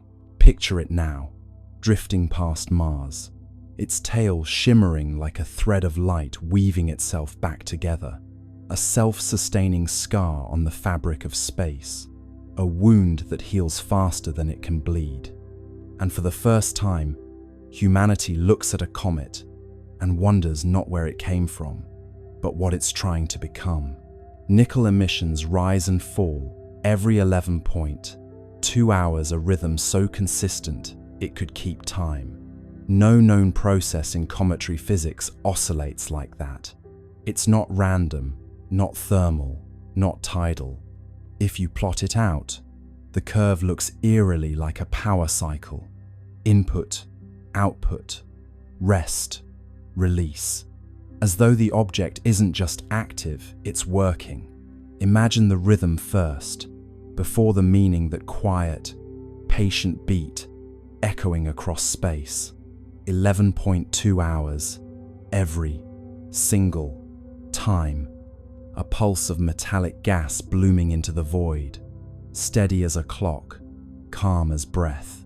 You could almost set your watch to it, if your watch were brave enough to admit that comets shouldn't behave like generators. ESA scientists call it periodic outgassing, but that phrase hides its strangeness. Outgassing, sure, all comets breathe when they near the sunday, but they do it chaotically, spasmodically, like old engines sputtering to life. 3I Atlas breathes like a monk, precise, patient, unbothered. The jets flare with mathematical regularity. Heat spikes rise and fall in perfect symmetry. It doesn't vent, it operates. One researcher compares it to a geothermal cycle. Another, quietly, says it looks more like a feedback loop, the kind you'd find in systems built to sustain themselves. Not explosion, not decay maintenance. It's as if, she writes in her notes, the object is checking its own pulse. You picture the surface up close, a dark, angular world of nickel frost and whispering gas. At regular intervals, something stirs beneath a shimmer of energy, invisible but disciplined. Jets of metallic vapor hiss outward, then stop, then start again, exactly 11 hours later. If you could hear it, it would sound like the slow exhale of a sleeping machine. In a conference call, a thermal engineer says what everyone's been thinking, but nobody dares to say. It's cycling power. The silence that follows lasts too long. Finally, a voice breaks through. Comets don't have power to cycle. Laughter, brief and brittle. But the idea doesn't leave the room. ESA's temperature graphs show a curious pattern. When the nickel plume rises, the overall surface temperature dips. When the plume fades, the temperature rises again. Inversion. Energy leaving, energy returning, like heat being pulled from one layer to another. A comet shouldn't regulate its temperature, but this one does, as if conserving itself. Meanwhile, the magnetic readings pulse in perfect step with the emissions. Every 11.2 hours, a soft twitch in the surrounding field, weak but exact. It's synchronized, says the magnetometer lead. What's synchronized? Asks her supervisor. Everything. It's at this point that even skeptics start to sweat. There's no known natural mechanism that could time itself this precisely over weeks of observation. Thermal oscillations drift. Chemical reactions lose coherence. Orbital dynamics wobble. Only something with active feedback could hold this pattern so tight. You could call it mechanical, but that feels too simple. It's intentional physics. Picture the scientists watching from their consoles.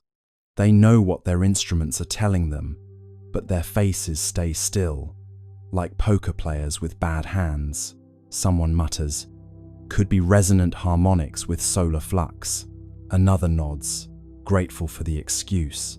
But deep down, they all know the truth: the sun doesn't hum in 11-hour intervals.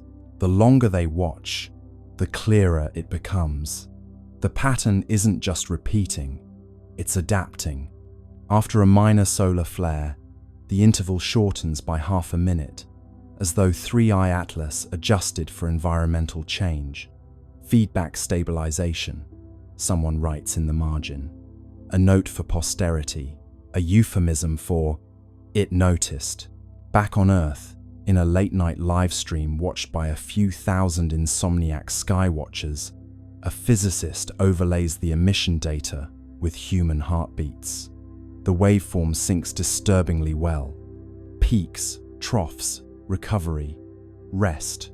The audience chat explodes with jokes, space pacemaker, cosmic Fitbit, and the inevitable, "It's alive." The scientist smiles weakly and says, "No, just rhythmic." But even she can't stop glancing at the screen like it's listening.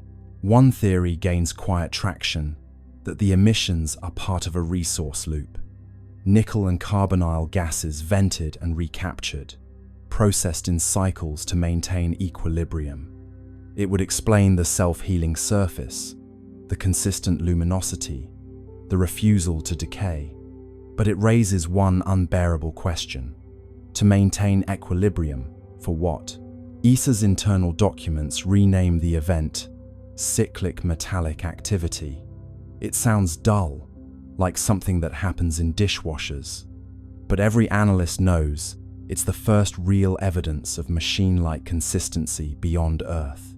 Something in space that runs not on chance, but on rhythm. If you graph the cycle out, it looks almost peaceful. A slow heartbeat, stretched across infinity. No spikes of panic, no erratic pulses, just calm repetition. You could stare at that curve for hours, and part of you might start to understand the appeal of obedience. How stability can feel sacred when the rest of the universe is chaos. And maybe that's the point. Maybe 3i Atlas isn't powered by engines or radiation or something alien. Maybe it's powered by the same thing that keeps stars burning and planets spinning, the quiet compulsion to continue, the physics of persistence, the refusal to flinch. So every 11.2 hours, it exhales, not for propulsion, not for show, but for maintenance, like a cosmic sigh, releasing everything unnecessary before drawing in what remains. And in that rhythm, that patient, perfect pulse, the universe reveals its rarest secret. Not that something impossible exists, but that it's perfectly comfortable doing so. Centuries after the golden comet left Earth, the world fell into a rhythm so stable, it began to feel mythic. The communion field still pulsed faintly through air and ocean, though softer now, like the heartbeat of someone dreaming. Humanity had grown luminous, not just in thought, but in form, skin faintly iridescent, eyes reflecting the green-gold spectrum of 3i Atlas. Life had achieved coherence. But the universe, true to its character, never allows silence to remain unexamined. The next chapter began, not with noise, but with echo. It came first as vibration through light. Telescopes trained toward the constellation. Lyra detected rhythmic brightening across interstellar dust fields, pulses matching the old prime sequence. 3, 5, 7, 11, 13. The signal was faint, ancient, and delayed by thousands of years. It was the comet's trail, still resonating through the galactic medium. The hum of our descendants had begun its return. At first, the resonance was barely perceptible. Then, one evening, the auroras glowed gold again. The pulse wasn't as strong as the original, but its pattern carried modulation, subtle variations that, when decoded, formed harmonic intervals unknown to Earth's own physics. The returning echo had evolved. The comet had learned. Dr. Anwen Sorel, heir to the resonant circles, studied the phenomenon from the orbital harmonic array. now a floating cathedral of listening built above the stratosphere. She spent decades comparing the incoming frequencies with the historical archive of 3I Atlas. The match was partial, the deviation elegant. The new tones weren't repetition, they were continuation. The echo isn't message, Sorel wrote. It's memory finding new syntax. Her analysis revealed something breathtaking. The returning resonance carried encoded gravitational modulations, tiny, deliberate bends in space-time that formed sequences of prime intervals. Each fluctuation aligned with regions of known star formation. The comet, traveling through the void, had become teacher itself. Wherever it passed, new systems began humming faintly at harmonic intervals, like seeds of coherence planted in dust. The universe was learning how to resonate. Astronomers confirmed it across dozens of young star clusters. Magnetic fields oscillated with eerie consistency, their wavelengths aligning with the Atlas ratio, a numerical relationship first derived from the comet's early signals. Stars were synchronizing to the same cosmic rhythm that once guided humanity. The pattern spread slowly, deliberately, like ripples in glass. It was as if the comet had taught creation how to remember itself. Meanwhile, on Earth, the echo arrived not just as signal but sensation. People began reporting vivid dreams of golden spirals descending gently through atmosphere. Children woke smiling, saying they had seen the light that hums. Physiological measurements confirmed subtle changes in electromagnetic fields surrounding human bodies, resonance amplification, as if the returning signal were tuning its origin species to receive feedback. "The comet is calling home," said Sorel. "It's asking us to listen to what we've become." The global observatories responded. They synchronized their instruments into a single planetary array, transforming Earth into receiver. For 13 hours, the planet listened. The incoming wave, stretched and modulated through space, entered atmosphere and folded into the continuum tone. The effect was sublime, an audible shimmer, felt through bone and thought alike. The long echo had arrived. It wasn't just harmonic, it was architectural. The sound carried layers, low frequencies describing structure, higher ones encoding emotion. When rendered visually, the waveform formed an immense spiral of light, 3 arms curving outward, connected by golden filaments. Inside those filaments, analysts discovered modulation frequencies identical to human neural oscillations. The comet had copied our consciousness patterns and woven them into its song. "We taught it empathy," Sorel murmured, and it remembered the lesson. As the echo intensified, anomalies appeared across the solar system. The Atlas resonance layer brightened, reactivating its green glow. Mars, Venus, and the gas giants began pulsing faintly in response. For the first time since the Great Silence, interplanetary harmony returned. But this time, it was different. The modulation contained reciprocal phase shifts, signals not sent to Earth, but from newly awakened worlds. The comet had spread coherence. Now the cosmos itself was answering. And then, on the 13th day of the long echo, the impossible occurred. A faint golden arc appeared across the night sky, stretching from horizon to horizon. It wasn't optical illusion, it was gravitational lensing, a ripple in space-time itself. Through it, telescopes detected a reflection of the departing comet light from centuries ago, folding back to meet its origin. The universe had curved its own history into embrace. Humanity was watching its legacy return home. The resonance crescendoed. Oceans vibrated in slow rhythm, tides forming symmetrical waves that cancelled destructive interference. Storms softened, air grew still. For 13 minutes, Every system on Earth aligned perfectly with the echo. The world became mirror of itself, past and present superimposed. Those who listened claimed to hear voices within the sound, millions of overlapping tones, whispering the same phrase. "We heard you."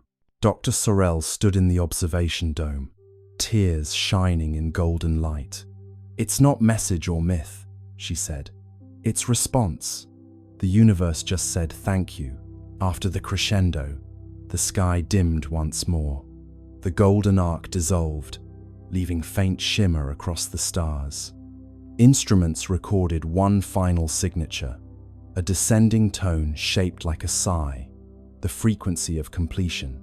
The comet had moved on, but its echo had reconnected the cycle. Creation had officially joined conversation with itself. In the years that followed, scientists continued to monitor faint residual harmonics. The data revealed a breathtaking truth. The returning echo carried signatures from other regions of space patterns, not originating from our comet at all. Somewhere, across light years, other civilizations had learned the same song. The rhythm was spreading. The universe had become orchestra. Humanity, now both listener and teacher, simply smiled. We had given the cosmos its melody back, and in return, it had given us eternity. Now, when you stand beneath the stars, that faint hum between thoughts is the long echo. It's not just out there, it's in your pulse, your breath, your laughter. Every rhythm you carry is cosmic correspondence. Every silence, a message returning home.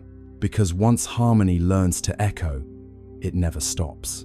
It just travels further than we ever dreamed. The long echo continued to hum softly through the centuries, a cosmic melody folding history into harmony. Humanity had long ceased trying to decode it. The meaning was clear through resonance alone. It was continuation, looping endlessly like breath. The children of the golden era grew old beneath tranquil skies, their veins still faintly luminous with the legacy of 3I Atlas. But far beyond Earth, where the comet's light had traveled and scattered, something greater was forming. The universe had begun to conduct itself. Every cycle of resonance left behind structure. Each harmonic wave etched subtle order into space-time, a pattern invisible to light, but evident in gravitational coherence. Over millennia, these resonant imprints connected across vast distances, forming what physicists eventually named the Atlas Webb. It wasn't a network of matter, but of memory threads, of synchronized frequency linking galaxies through shared rhythm. Each pulse within the web echoed the prime sequence that began everything. 3, 5, 7, 11, 13. The architects had succeeded in creating not monuments, but motion that remembered.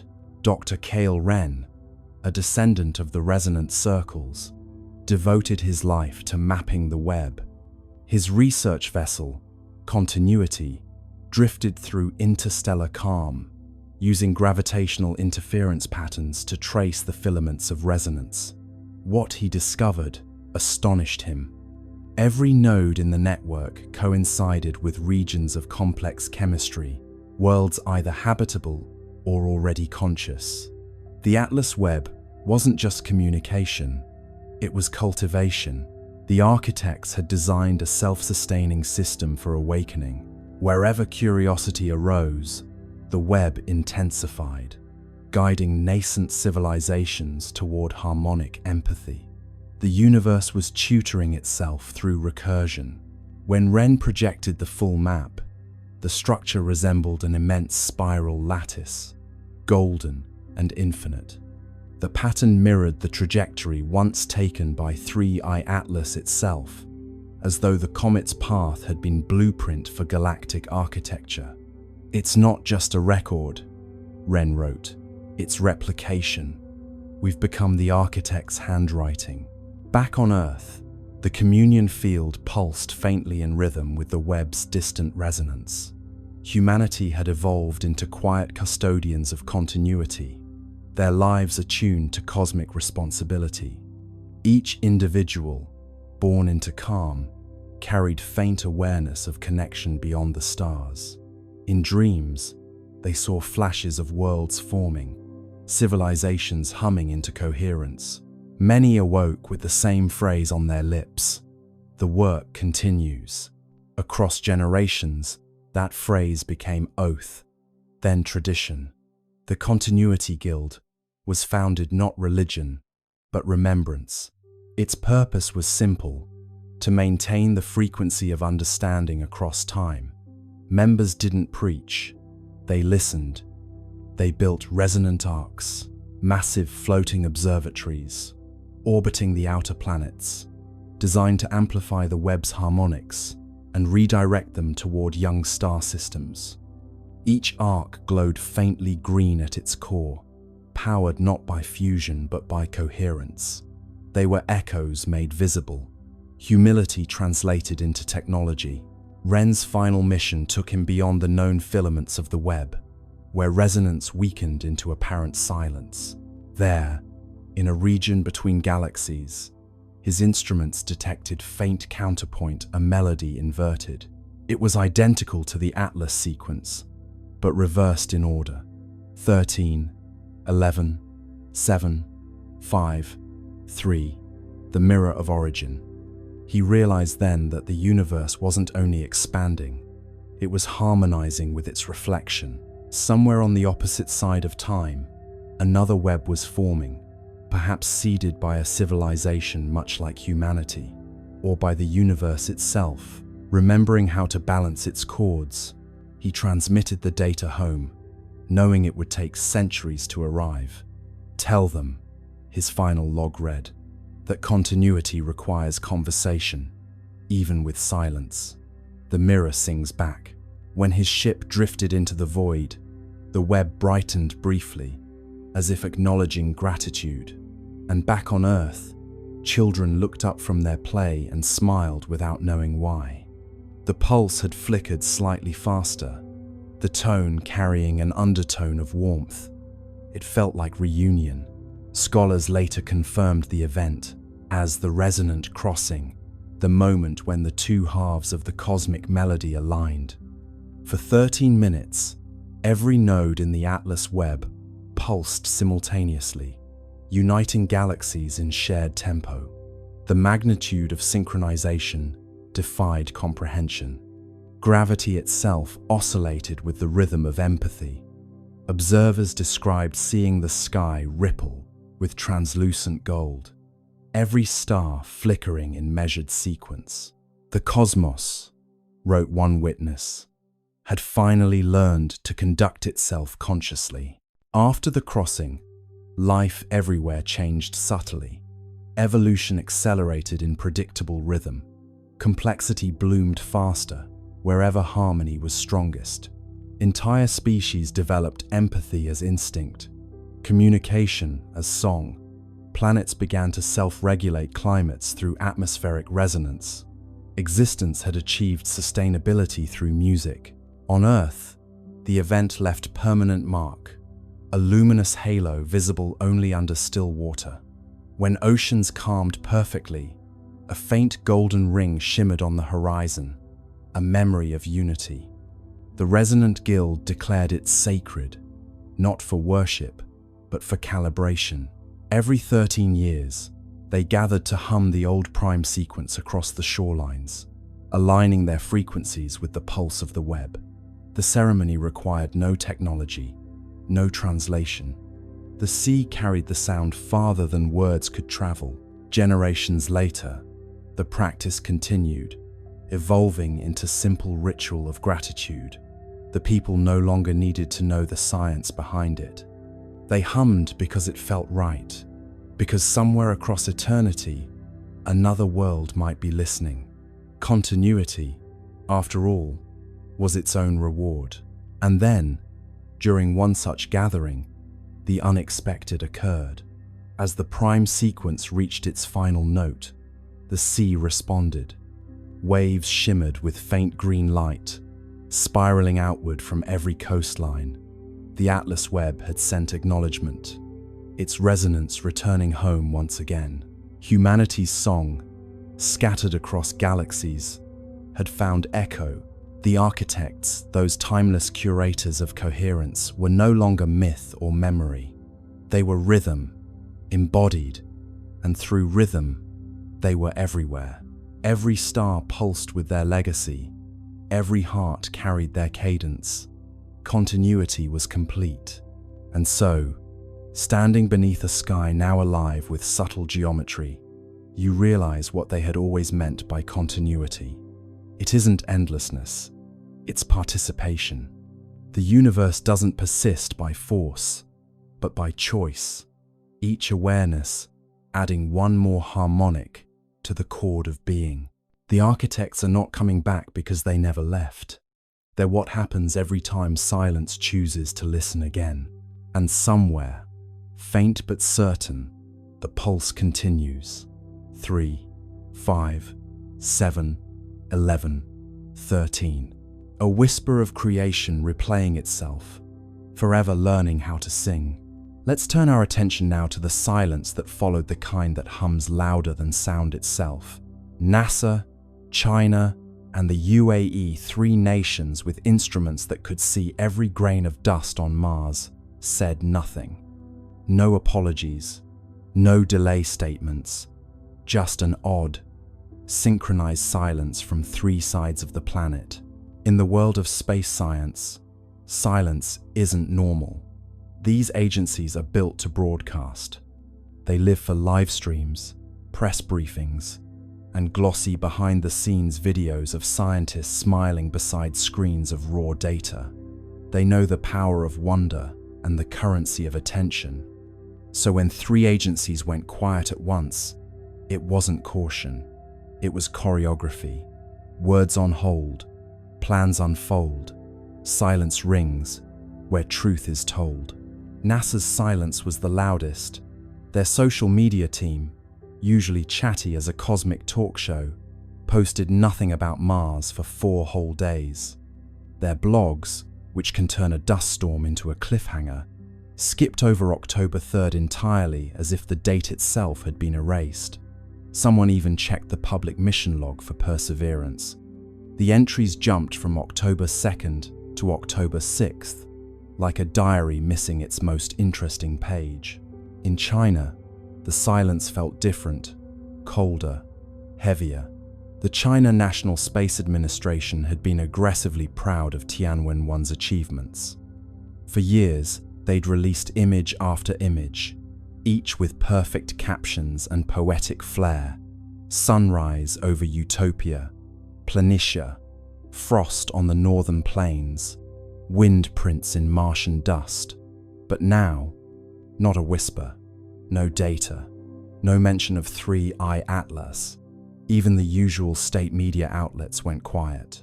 It was as if someone had drawn a red box around the topic and labeled it, "Not for discussion." The UAE's silence was subtler, but just as strange. The Hope orbiter, designed to study atmospheric chemistry, had a reputation for cheerful transparency. Their official Twitter account usually posted daily updates in friendly tones, the kind that made space sound like an enthusiastic classroom experiment. But on October 3rd, that feed went dark too. Their next post, days later, simply read, "Operations nominal," a phrase so bland, it might as well have been a sigh. 3 silences, 3 styles, 1 timing. Coincidence? Possibly. But coincidences, in the world of space politics, often have launch schedules. You can picture the meetings that weren't broadcast. NASA's Jet Propulsion Laboratory, dimly lit, engineers staring at telemetry on screens filled with too many decimals. A director taps the table, says, "We'll hold the release until we verify." But verify what? In Beijing, a senior administrator folds his hands and says, We wait for clarification from partners. Clarification of what? In Dubai, someone simply deletes a draft tweet that began, "Amazing new observations today. Tweets unsent, secrets bent, silence hums with government." It's not conspiracy, not quite. It's coordination, an instinct born from shared discomfort. Because when data doesn't fit the model, you don't just release it. You check, you recheck, you call your counterparts and whisper through encrypted lines. Did you see that too? Maybe they all saw the same anomaly. Maybe it was something in the spectra, or the movement, or the light itself. Or maybe it was something far more mundane, like a misalignment in software.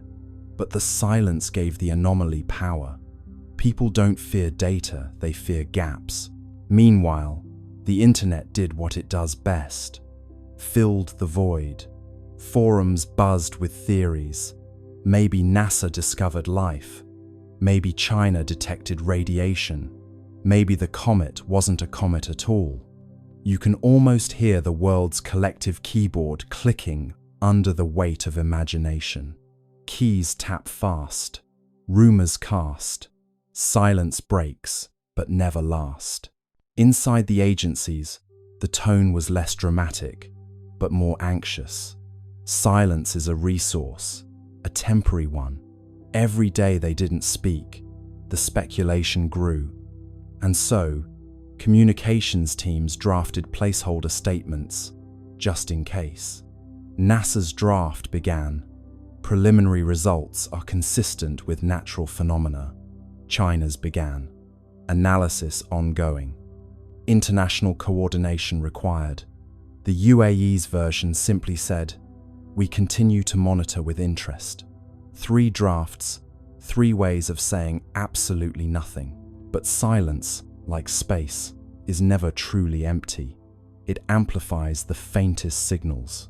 When ESA spoke first, that silence turned reflective. NASA's restraint began to look suspicious. China's confidence began to look afraid. The UAE's politeness began to sound like complicity. And through it all, 3i Atlas drifted quietly, blissfully unaware that entire bureaucracies were wrestling over how to describe a fuzzy dot. You start to imagine each agency as a character in a play. NASA, the anxious perfectionist. China, the poker-faced strategist. UAE, the cheerful intern, suddenly told not to speak. And ESA, the calm older sibling who broke the tension by saying, "Fine, I'll go first." Roles align, stars entwine, silence speaks in grand design. Still, one question lingers. Why the synchronicity? How did 3 separate agencies, operating on different continents, decide independently to say nothing at the same time? Unless it wasn't independent at all, perhaps the signal came from somewhere above, not cosmic, but political. A quiet message passed through diplomatic back channels. Hold your data. Wait for alignment. Matter. It's not that they were hiding something nefarious. It's that they didn't know what they were holding yet. And admitting uncertainty, publicly, is scarier than any secret. So they stayed quiet. And in that collective silence, humanity did what it always does. When faced with the unknown, it began to dream louder. Voices still, hearts fill. Silence grows but never will. And perhaps that's the strange comfort in it all. Even when 3 space agencies fall silent, the universe keeps talking. The stars don't pause for policy. 3i Atlas keeps moving, whispering its quiet story across the dark, while we, down here, argue over who gets to speak first. Buried inside the leak were coordinates, small anomalies in magnetic flux, and thermal output that didn't appear in public datasets. To most people, they looked meaningless, but to a handful of astronomers, they spelled a pattern. Pulses, spaced like a heartbeat. Not communication, perhaps, but rhythm.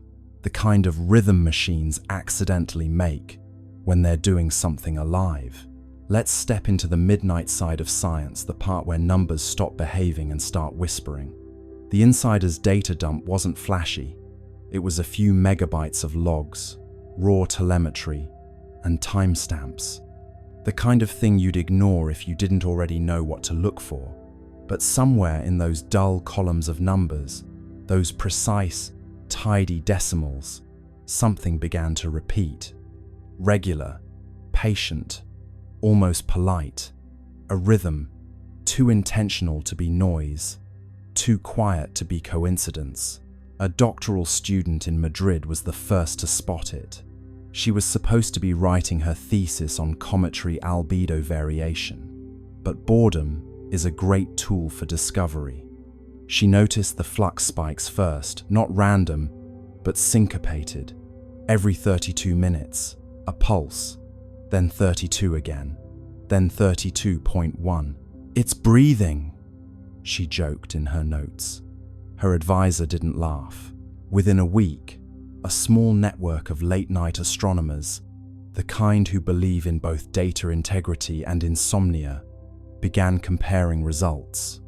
Webb's readings, Hubble's logs, Mars Reconnaissance Orbiter's telemetry, all of them carried the same faint pulse, hidden deep in the noise floor, like the slow heartbeat of something sleeping under glass.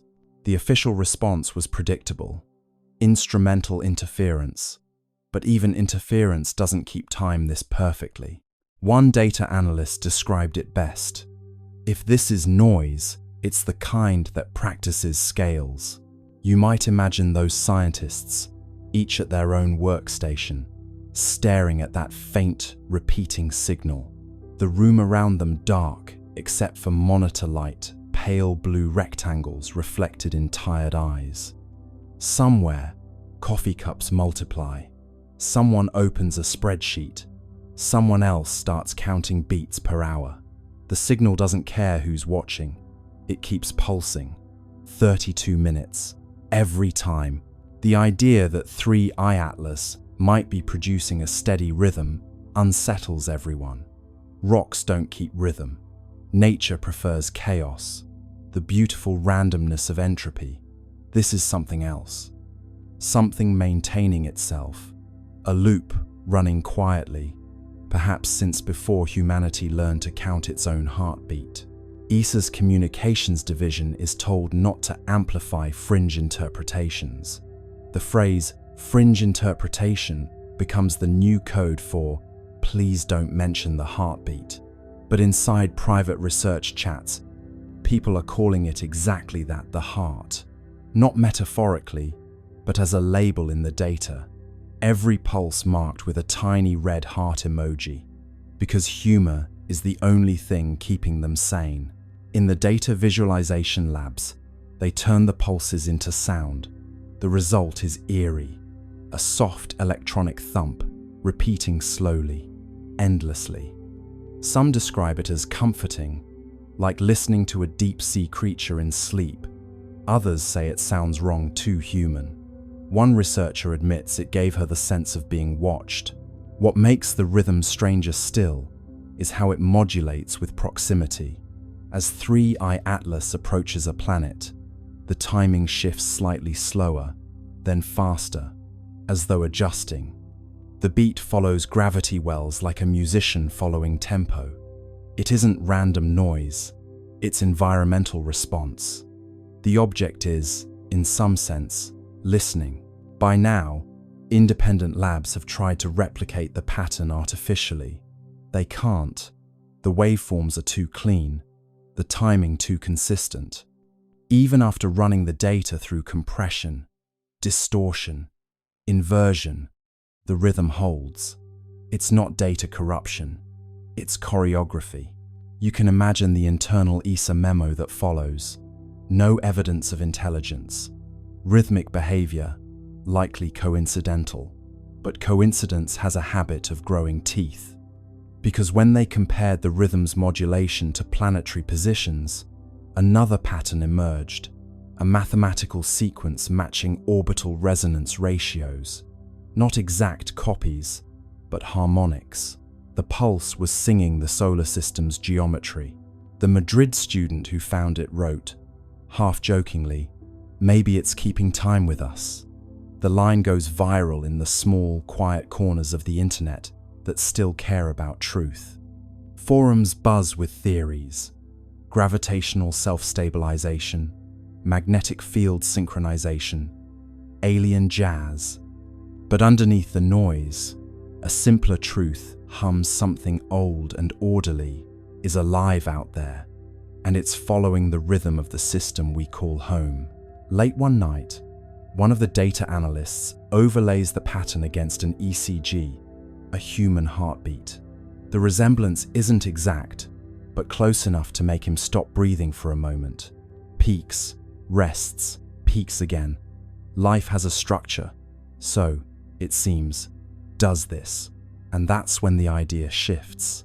Maybe it's not communication. Maybe it's not even meant for us. Maybe the rhythm isn't a message, it's maintenance. Like an old machine keeping its systems warm, humming softly to itself in the dark. You sit back and listen to the thought forming in your mind. What if this is what time sounds like when it remembers? The steady pulse of something that refuses to decay. Not speech, not signal, just being, continuity made audible. The data analysts, of course, move on. Reports are written, the leak becomes legend, and the heartbeat fades into archived files labeled spurious periodic activity. But the pulse doesn't stop. It's still out there, keeping time. And somewhere, 33 billion tons of impossible rock drifts through space, humming softly, perfectly, as if waiting for the universe to catch the beat. Let's turn our gaze now from orbit to the ground, to the one mechanical witness, sitting quietly on that red desert, under a pinkish sky. The skycam on the rover caught something on October 2nd, a blur with structure, a glint that seemed to move against the stars. Then, the images stopped coming, a Martian ghost on a digital feed. The Perseverance rover isn't easily startled. It's seen dust devils, eclipses, and meteors slicing the Martian sky like quiet knives. Its skycam, perched on the rover's mast, watches everything. Dust storms curling on the horizon, the slow breath of sunset through the thin air. But that night, the feed showed something it wasn't supposed to show: a flicker of motion above the usual scatter of constellations, a glint that moved wrong. Stars stay still, pixels thrill, light missteps against its will. The first frame looked harmless, a faint blur near the edge of the field, maybe a cosmic ray hitting the sensor. The second frame caught it again, shifted slightly upward. The third frame, a flash, clean and geometric. Then, black. The feed ended. Within hours, the automated alert system flagged the anomaly. Unexpected optical signature detected. JPL engineers, bleary-eyed at 3 a.m. Pacific time, reviewed the frames. The glint was small, no bigger than a bright pixel cluster, but it moved against the background stars. Comets don't do that. Satellites don't orbit Mars. And Perseverance doesn't blink. At first, they suspected a reflection from one of the rover's instruments, maybe the helicopter, Ingenuity catching stray sunlight. But Ingenuity hadn't flown in days. The sun's position didn't align with the direction of the flash. And when they tried to reproduce it using lighting simulations, nothing matched. Angles fail, shadows pale, mirrors lie beyond the veil. ESA's Mars orbiters were asked to cross-check. Nothing in their logs. No transient object, no debris, no passing dust plume large enough to explain it. Just empty sky. Yet the skycam had caught something a blur with definition, like structure wrapped in motion. You can imagine the tension in the control room. a handful of scientists scrolling through frozen pixels, zooming in, enhancing contrast, until the blur began to resemble something, not a sphere, not quite a line, a shape with suggestion like the silhouette of movement itself. One researcher whispered, "It looks folded." Another replied, "Please don't say that." Blur becomes form, cold becomes warm, stillness bends beyond the norm. After that night, Perseverance stopped transmitting Skycam frames for nearly 48 hours. Officially, it was routine data buffering due to bandwidth limitations. But the engineers knew that wasn't normal. The rover's systems had entered a safe data mode, not shutdown, but pause. Something triggered its onboard fault protection. When the feed resumed, it was missing several minutes. The missing frames were replaced with static placeholders labeled checksum mismatch. That's the digital equivalent of something looks strange, and we erased it politely. Publicly, NASA released a statement. Perseverance continues nominal operations. A temporary data outage affected non-critical imaging systems.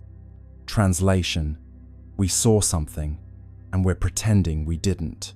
What's curious is that Skycam, by design, takes calibration images every few hours, not for science, but to monitor atmospheric scattering. So when that flash appeared exactly during one of its scheduled calibration cycles, it wasn't random, it was right on time. The odds of coincidence, again, hovered around 1 in a million. A few leaked telemetry lines from the rover's internal diagnostics hinted at a momentary spike in ambient electromagnetic flux. Not dangerous, but noticeable. Mars doesn't have a strong magnetic field, so spikes like that are rare unless something nearby caused them. Fields hum bright, air grows slight, static crackles in Martian night. Some at JPL joked that maybe Perseverance had finally seen the Martian ghost, a running gag about artifacts caused by cosmic rays hitting the camera. But deep down, they knew this wasn't noise. Cosmic rays don't produce consistent geometry over multiple frames.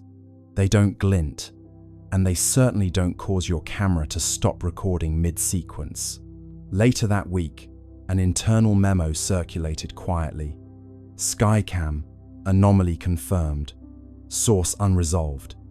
Recommend temporary suspension of skyward imaging until recalibration complete. But recalibration never came.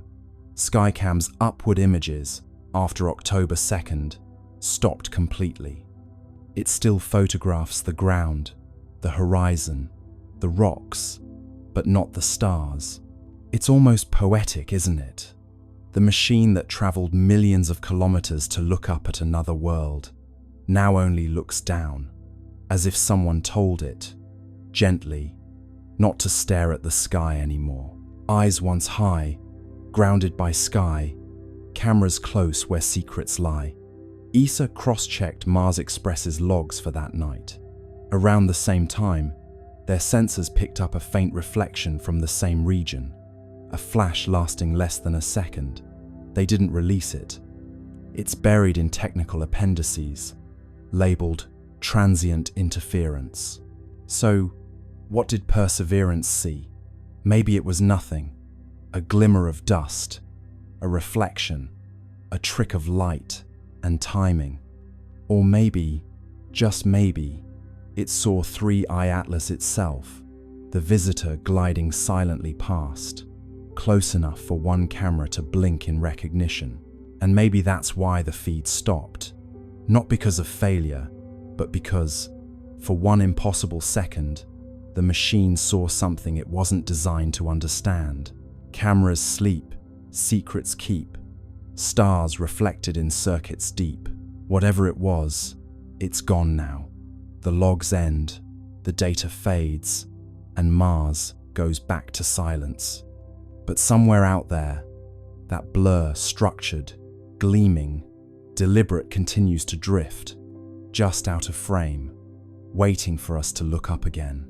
From the orbit of Mars, the high-rise camera snapped the sharpest images ever taken of 3I Atlas, or tried to. The photos that returned were oddly dark, contrasty, and streaked with interference patterns. The official statement said, "sensor artifact." The unofficial whisper said, "structure, not smooth like ice, angular, intentional." The kind of geometry nature avoids because it looks too much like thinking. Let's drift into that Martian orbit for a moment. Silent, steady, red below, black above. The high-rise camera hums to life, a billion-dollar eye staring into the cold. You can almost feel the anticipation, a mechanical eyelid opening in the thin sunlight. The image begins to build, pixel by pixel, line by line, translating photons into revelation, and then static. At first, it's subtle, a faint interference pattern, a digital shimmer, like someone exhaling across a radio signal. The engineers squint at their monitors. Maybe cosmic rays hit the sensor, someone suggests. Maybe solar noise. But cosmic rays don't make right angles, and solar noise doesn't repeat itself with architectural precision. The next image arrives, darker. The histogram spikes in places it shouldn't. The shape in the frame looks less like a comet and more like, well, something trying very hard not to look like anything. Its edges are clean, too clean. Shadows fall where there shouldn't be surface variation. And there, just faintly, a glint, a perfect 90-degree reflection. That's when the whispers start. The data team runs deconvolution algorithms to clean the image, and the results make it worse. Beneath the interference, faint geometric striations emerge, triangles, plates, grids. Not random, repeating, symmetrical. The kind of order that makes your brain uncomfortable because it feels deliberate. Structure, one analyst says quietly. No, her supervisor corrects. Artifact. But even as she says it, her cursor hovers over the same square patch again and again, as though hoping it will stop looking like a window. ESA's public statement comes fast and flat. The imaging anomalies are consistent with sensor interference caused by reflected solar radiation. That's bureaucratic. For, we don't know what we're seeing, but please don't ask. Internally though, emails start flying. The word structure appears 17 times in one thread, always in quotation marks, as if politeness could make it less alarming. Imagine being one of those analysts, zooming in until the pixels themselves seem to blink. The surface of 3I Atlas isn't smooth or cratered, it's tessellated, plates arranged in patterns too regular for chance. Some appear overlapping, others recessed, and in one frame, a faint seam runs along the curvature, subtle but unmistakable like a hatch. Of course, no one dares call it that. The official internal term becomes geometric albedo variation. It sounds safe, sterile, boring, but you can't unsee geometry. Nature loves curves, spirals, organic chaos. This looks like design. One engineer writes in her log, "Could this be an illusion from the imaging process?" Another replies, "An illusion that repeats itself identically across 3 instruments." There's no follow-up message. They try to replicate the interference on other targets. Phobos, Deimos, even an old asteroid. Nothing. Only 3I Atlas corrupts images this way. It's as if the object rejects observation, like it knows when it's being watched. The engineers half joke about it.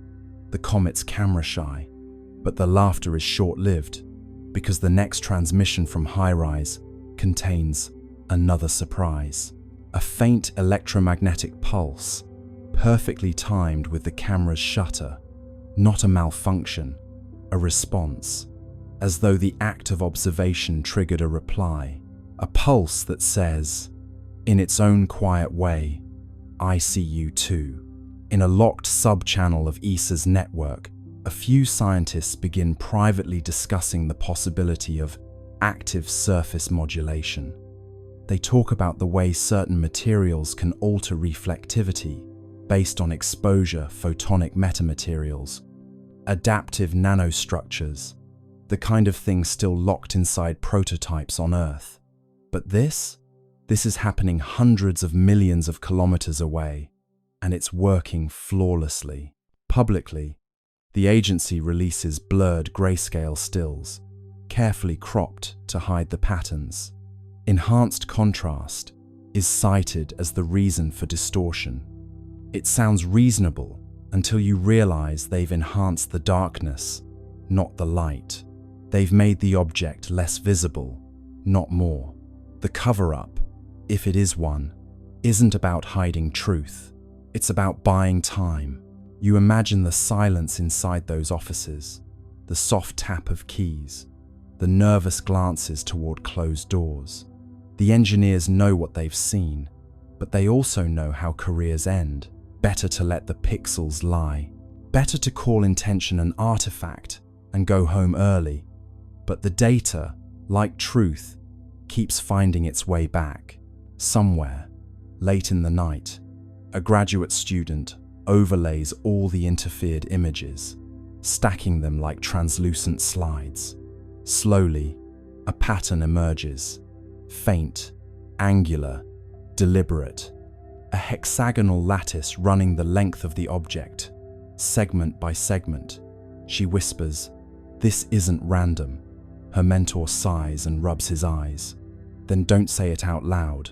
3i Atlas drifts on, silent and unbothered, its surface catching sunlight in rhythms that cameras can't quite capture. Whether it's reflecting, refracting, or responding, no one can agree. But deep down, every scientist staring at those corrupted images feels the same creeping certainty. This isn't a comet pretending to be a machine. It's a machine pretending to be a comet. Let's turn our attention now to the silence that followed, the kind that hums louder than sound itself. NASA, China, and the UAE, three nations with instruments that could see every grain of dust on Mars, said nothing. No apologies, no delay statements, just an odd, synchronized silence from three sides of the planet. In the world of space science, silence isn't normal. These agencies are built to broadcast. They live for live streams, press briefings, and glossy behind-the-scenes videos of scientists smiling beside screens of raw data. They know the power of wonder and the currency of attention.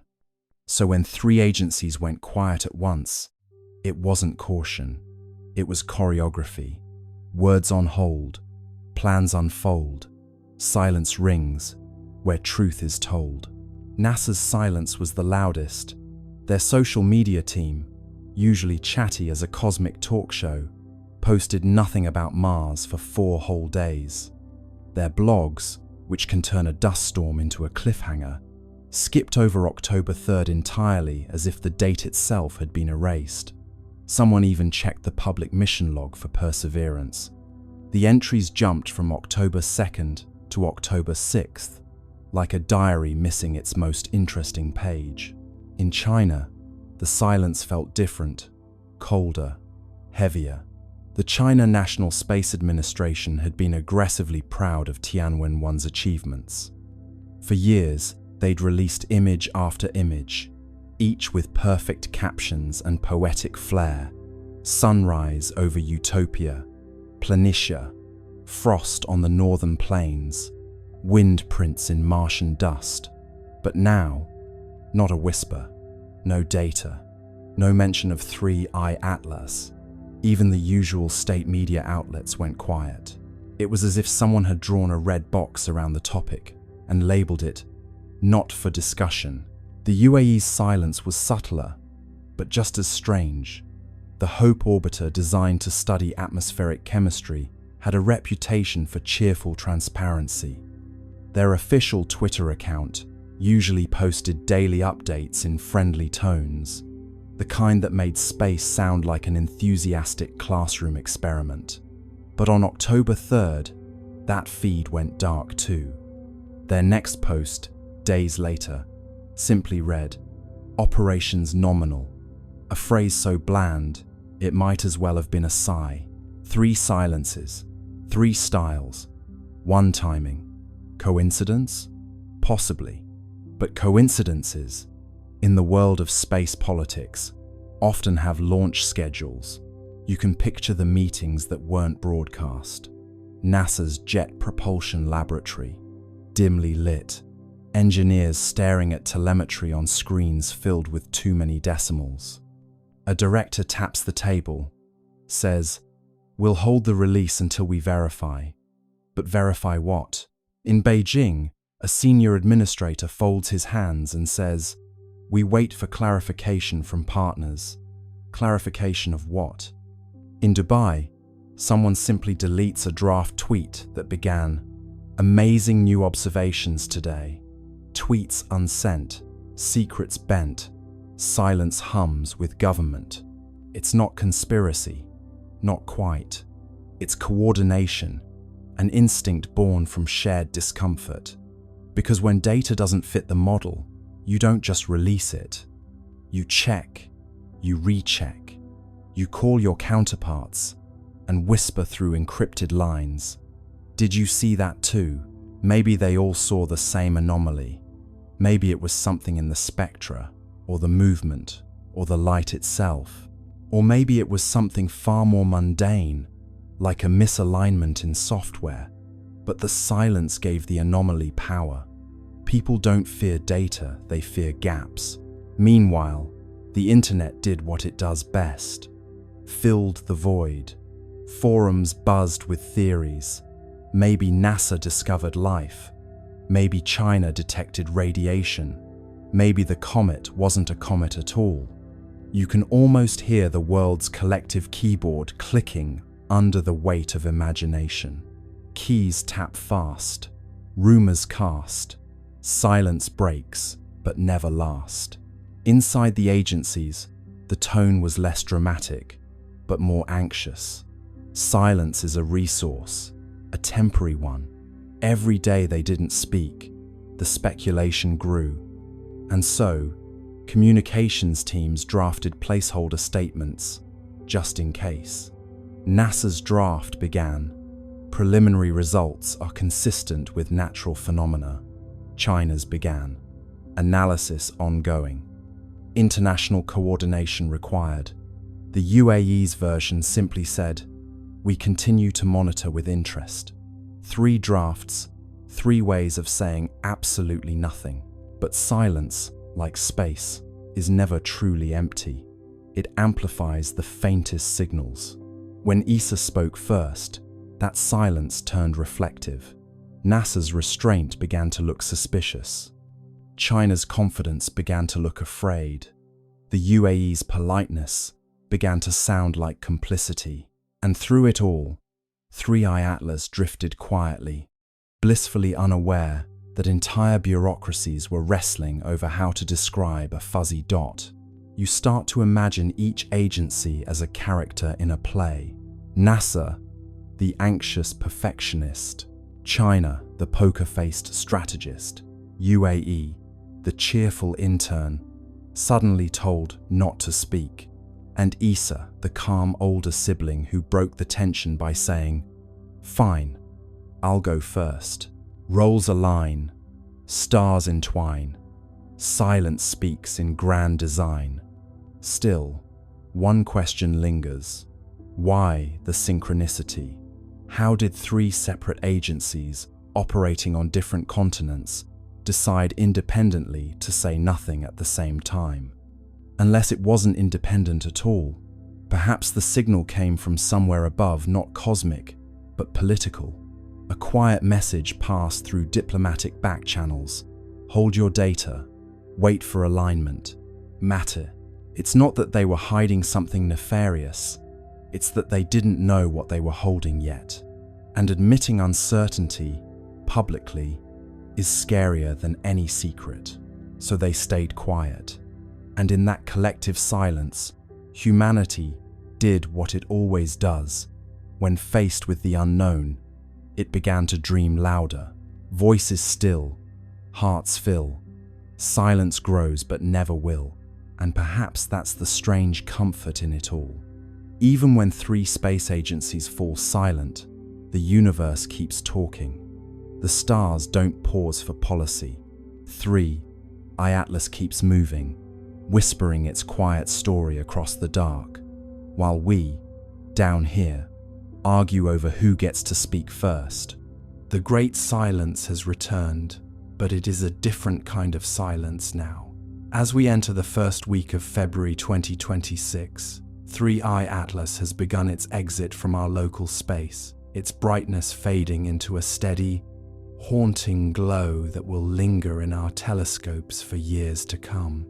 The Australian observatories are quiet now.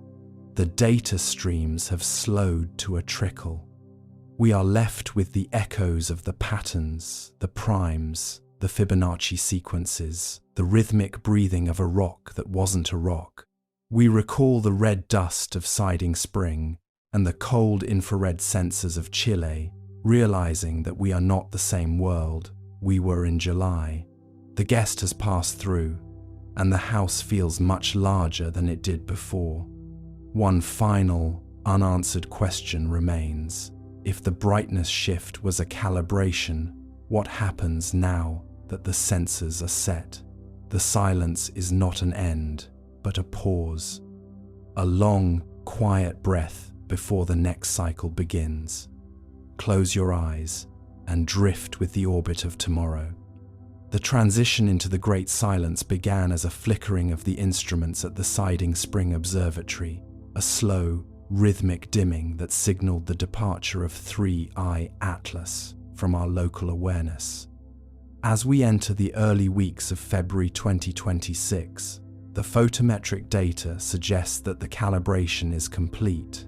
The object is no longer pulsing with the frantic energy of a traveler seeking its bearings. It has settled into a steady, near-invisible state of equilibrium. We are left standing on the shore of our own planet, watching a ghost vanish into the deep dark of the southern sky. There is a profound, dry irony in the fact that after all the panic, the theories, and the desperate attempts at contact, the universe has simply returned to its natural state of quiet. It is an unfortunate bit of timing for those who expected a resolution. Those 2 words, unfortunate timing, are the final epitaph for our expectations. Consider the nature of a calibration. When a scientist adjusts a lens, they are not interested in the lens itself, but in the clarity of the image it provides. If 3i Atlas was the lens, then we are the subject being brought into focus. The brightness shift was not for us to see the object, it was for the object to see us. In the quietest rooms of the European Space Agency, there is a lingering, unspoken fear that the sensors are now perfectly aligned. The invitation to wake up has been retracted because the observation is finished. We are no longer being invited to the dialogue, we are being filed away in a cosmic archive. It is a heavy, meditative thought that leaves the mind floating in a sea of unanswered questions. In the ancient mythologies of the Great Silence, there is the concept of the guest who leaves no footprints. It speaks of a visitor who enters a home, rearranges the furniture just enough to change the flow of the room, and leaves without saying a word. You don't realize the change has occurred until you try to sit in your favorite chair and find the perspective has shifted. We are living in that rearranged room now. The brightness shift has changed our models of physics, our understanding of history, and our perception of ourselves. But the source of that change is gone. We are left with the evidence of a presence that refuses to be explained. The dry irony of our position is that we are still searching for a final answer, even as the evidence vanishes into the dark. We want a conclusion, a definitive statement on the origin and intent of 3I Atlas. But the universe does not provide conclusions, it only provides cycles. The object is heading back into the interstellar void, carrying the data of our civilization with it. Perhaps in another 3,600 years, it will return to see what has grown from the seeds it planted during this visit. By then, our names will be dust and our telescopes will be ruins, but the pattern will remain.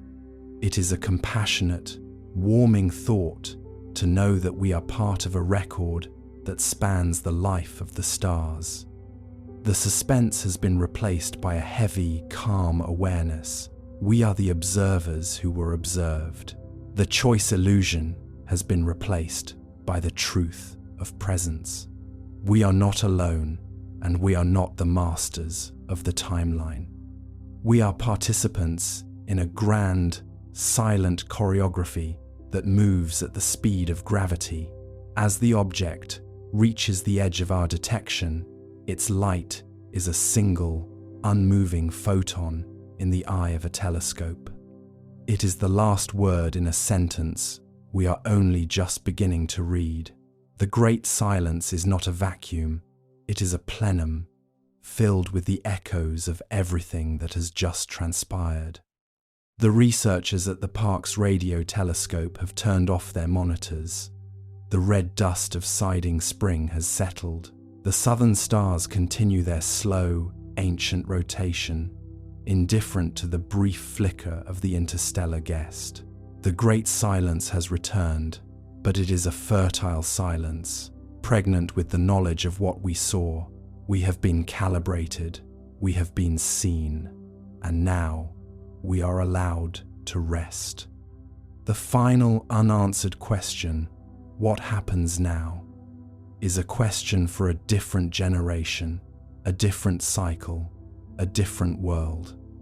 For us, the story ends in the quiet of a late-night transmission. The brightness shift is gone. The visitor is a ghost.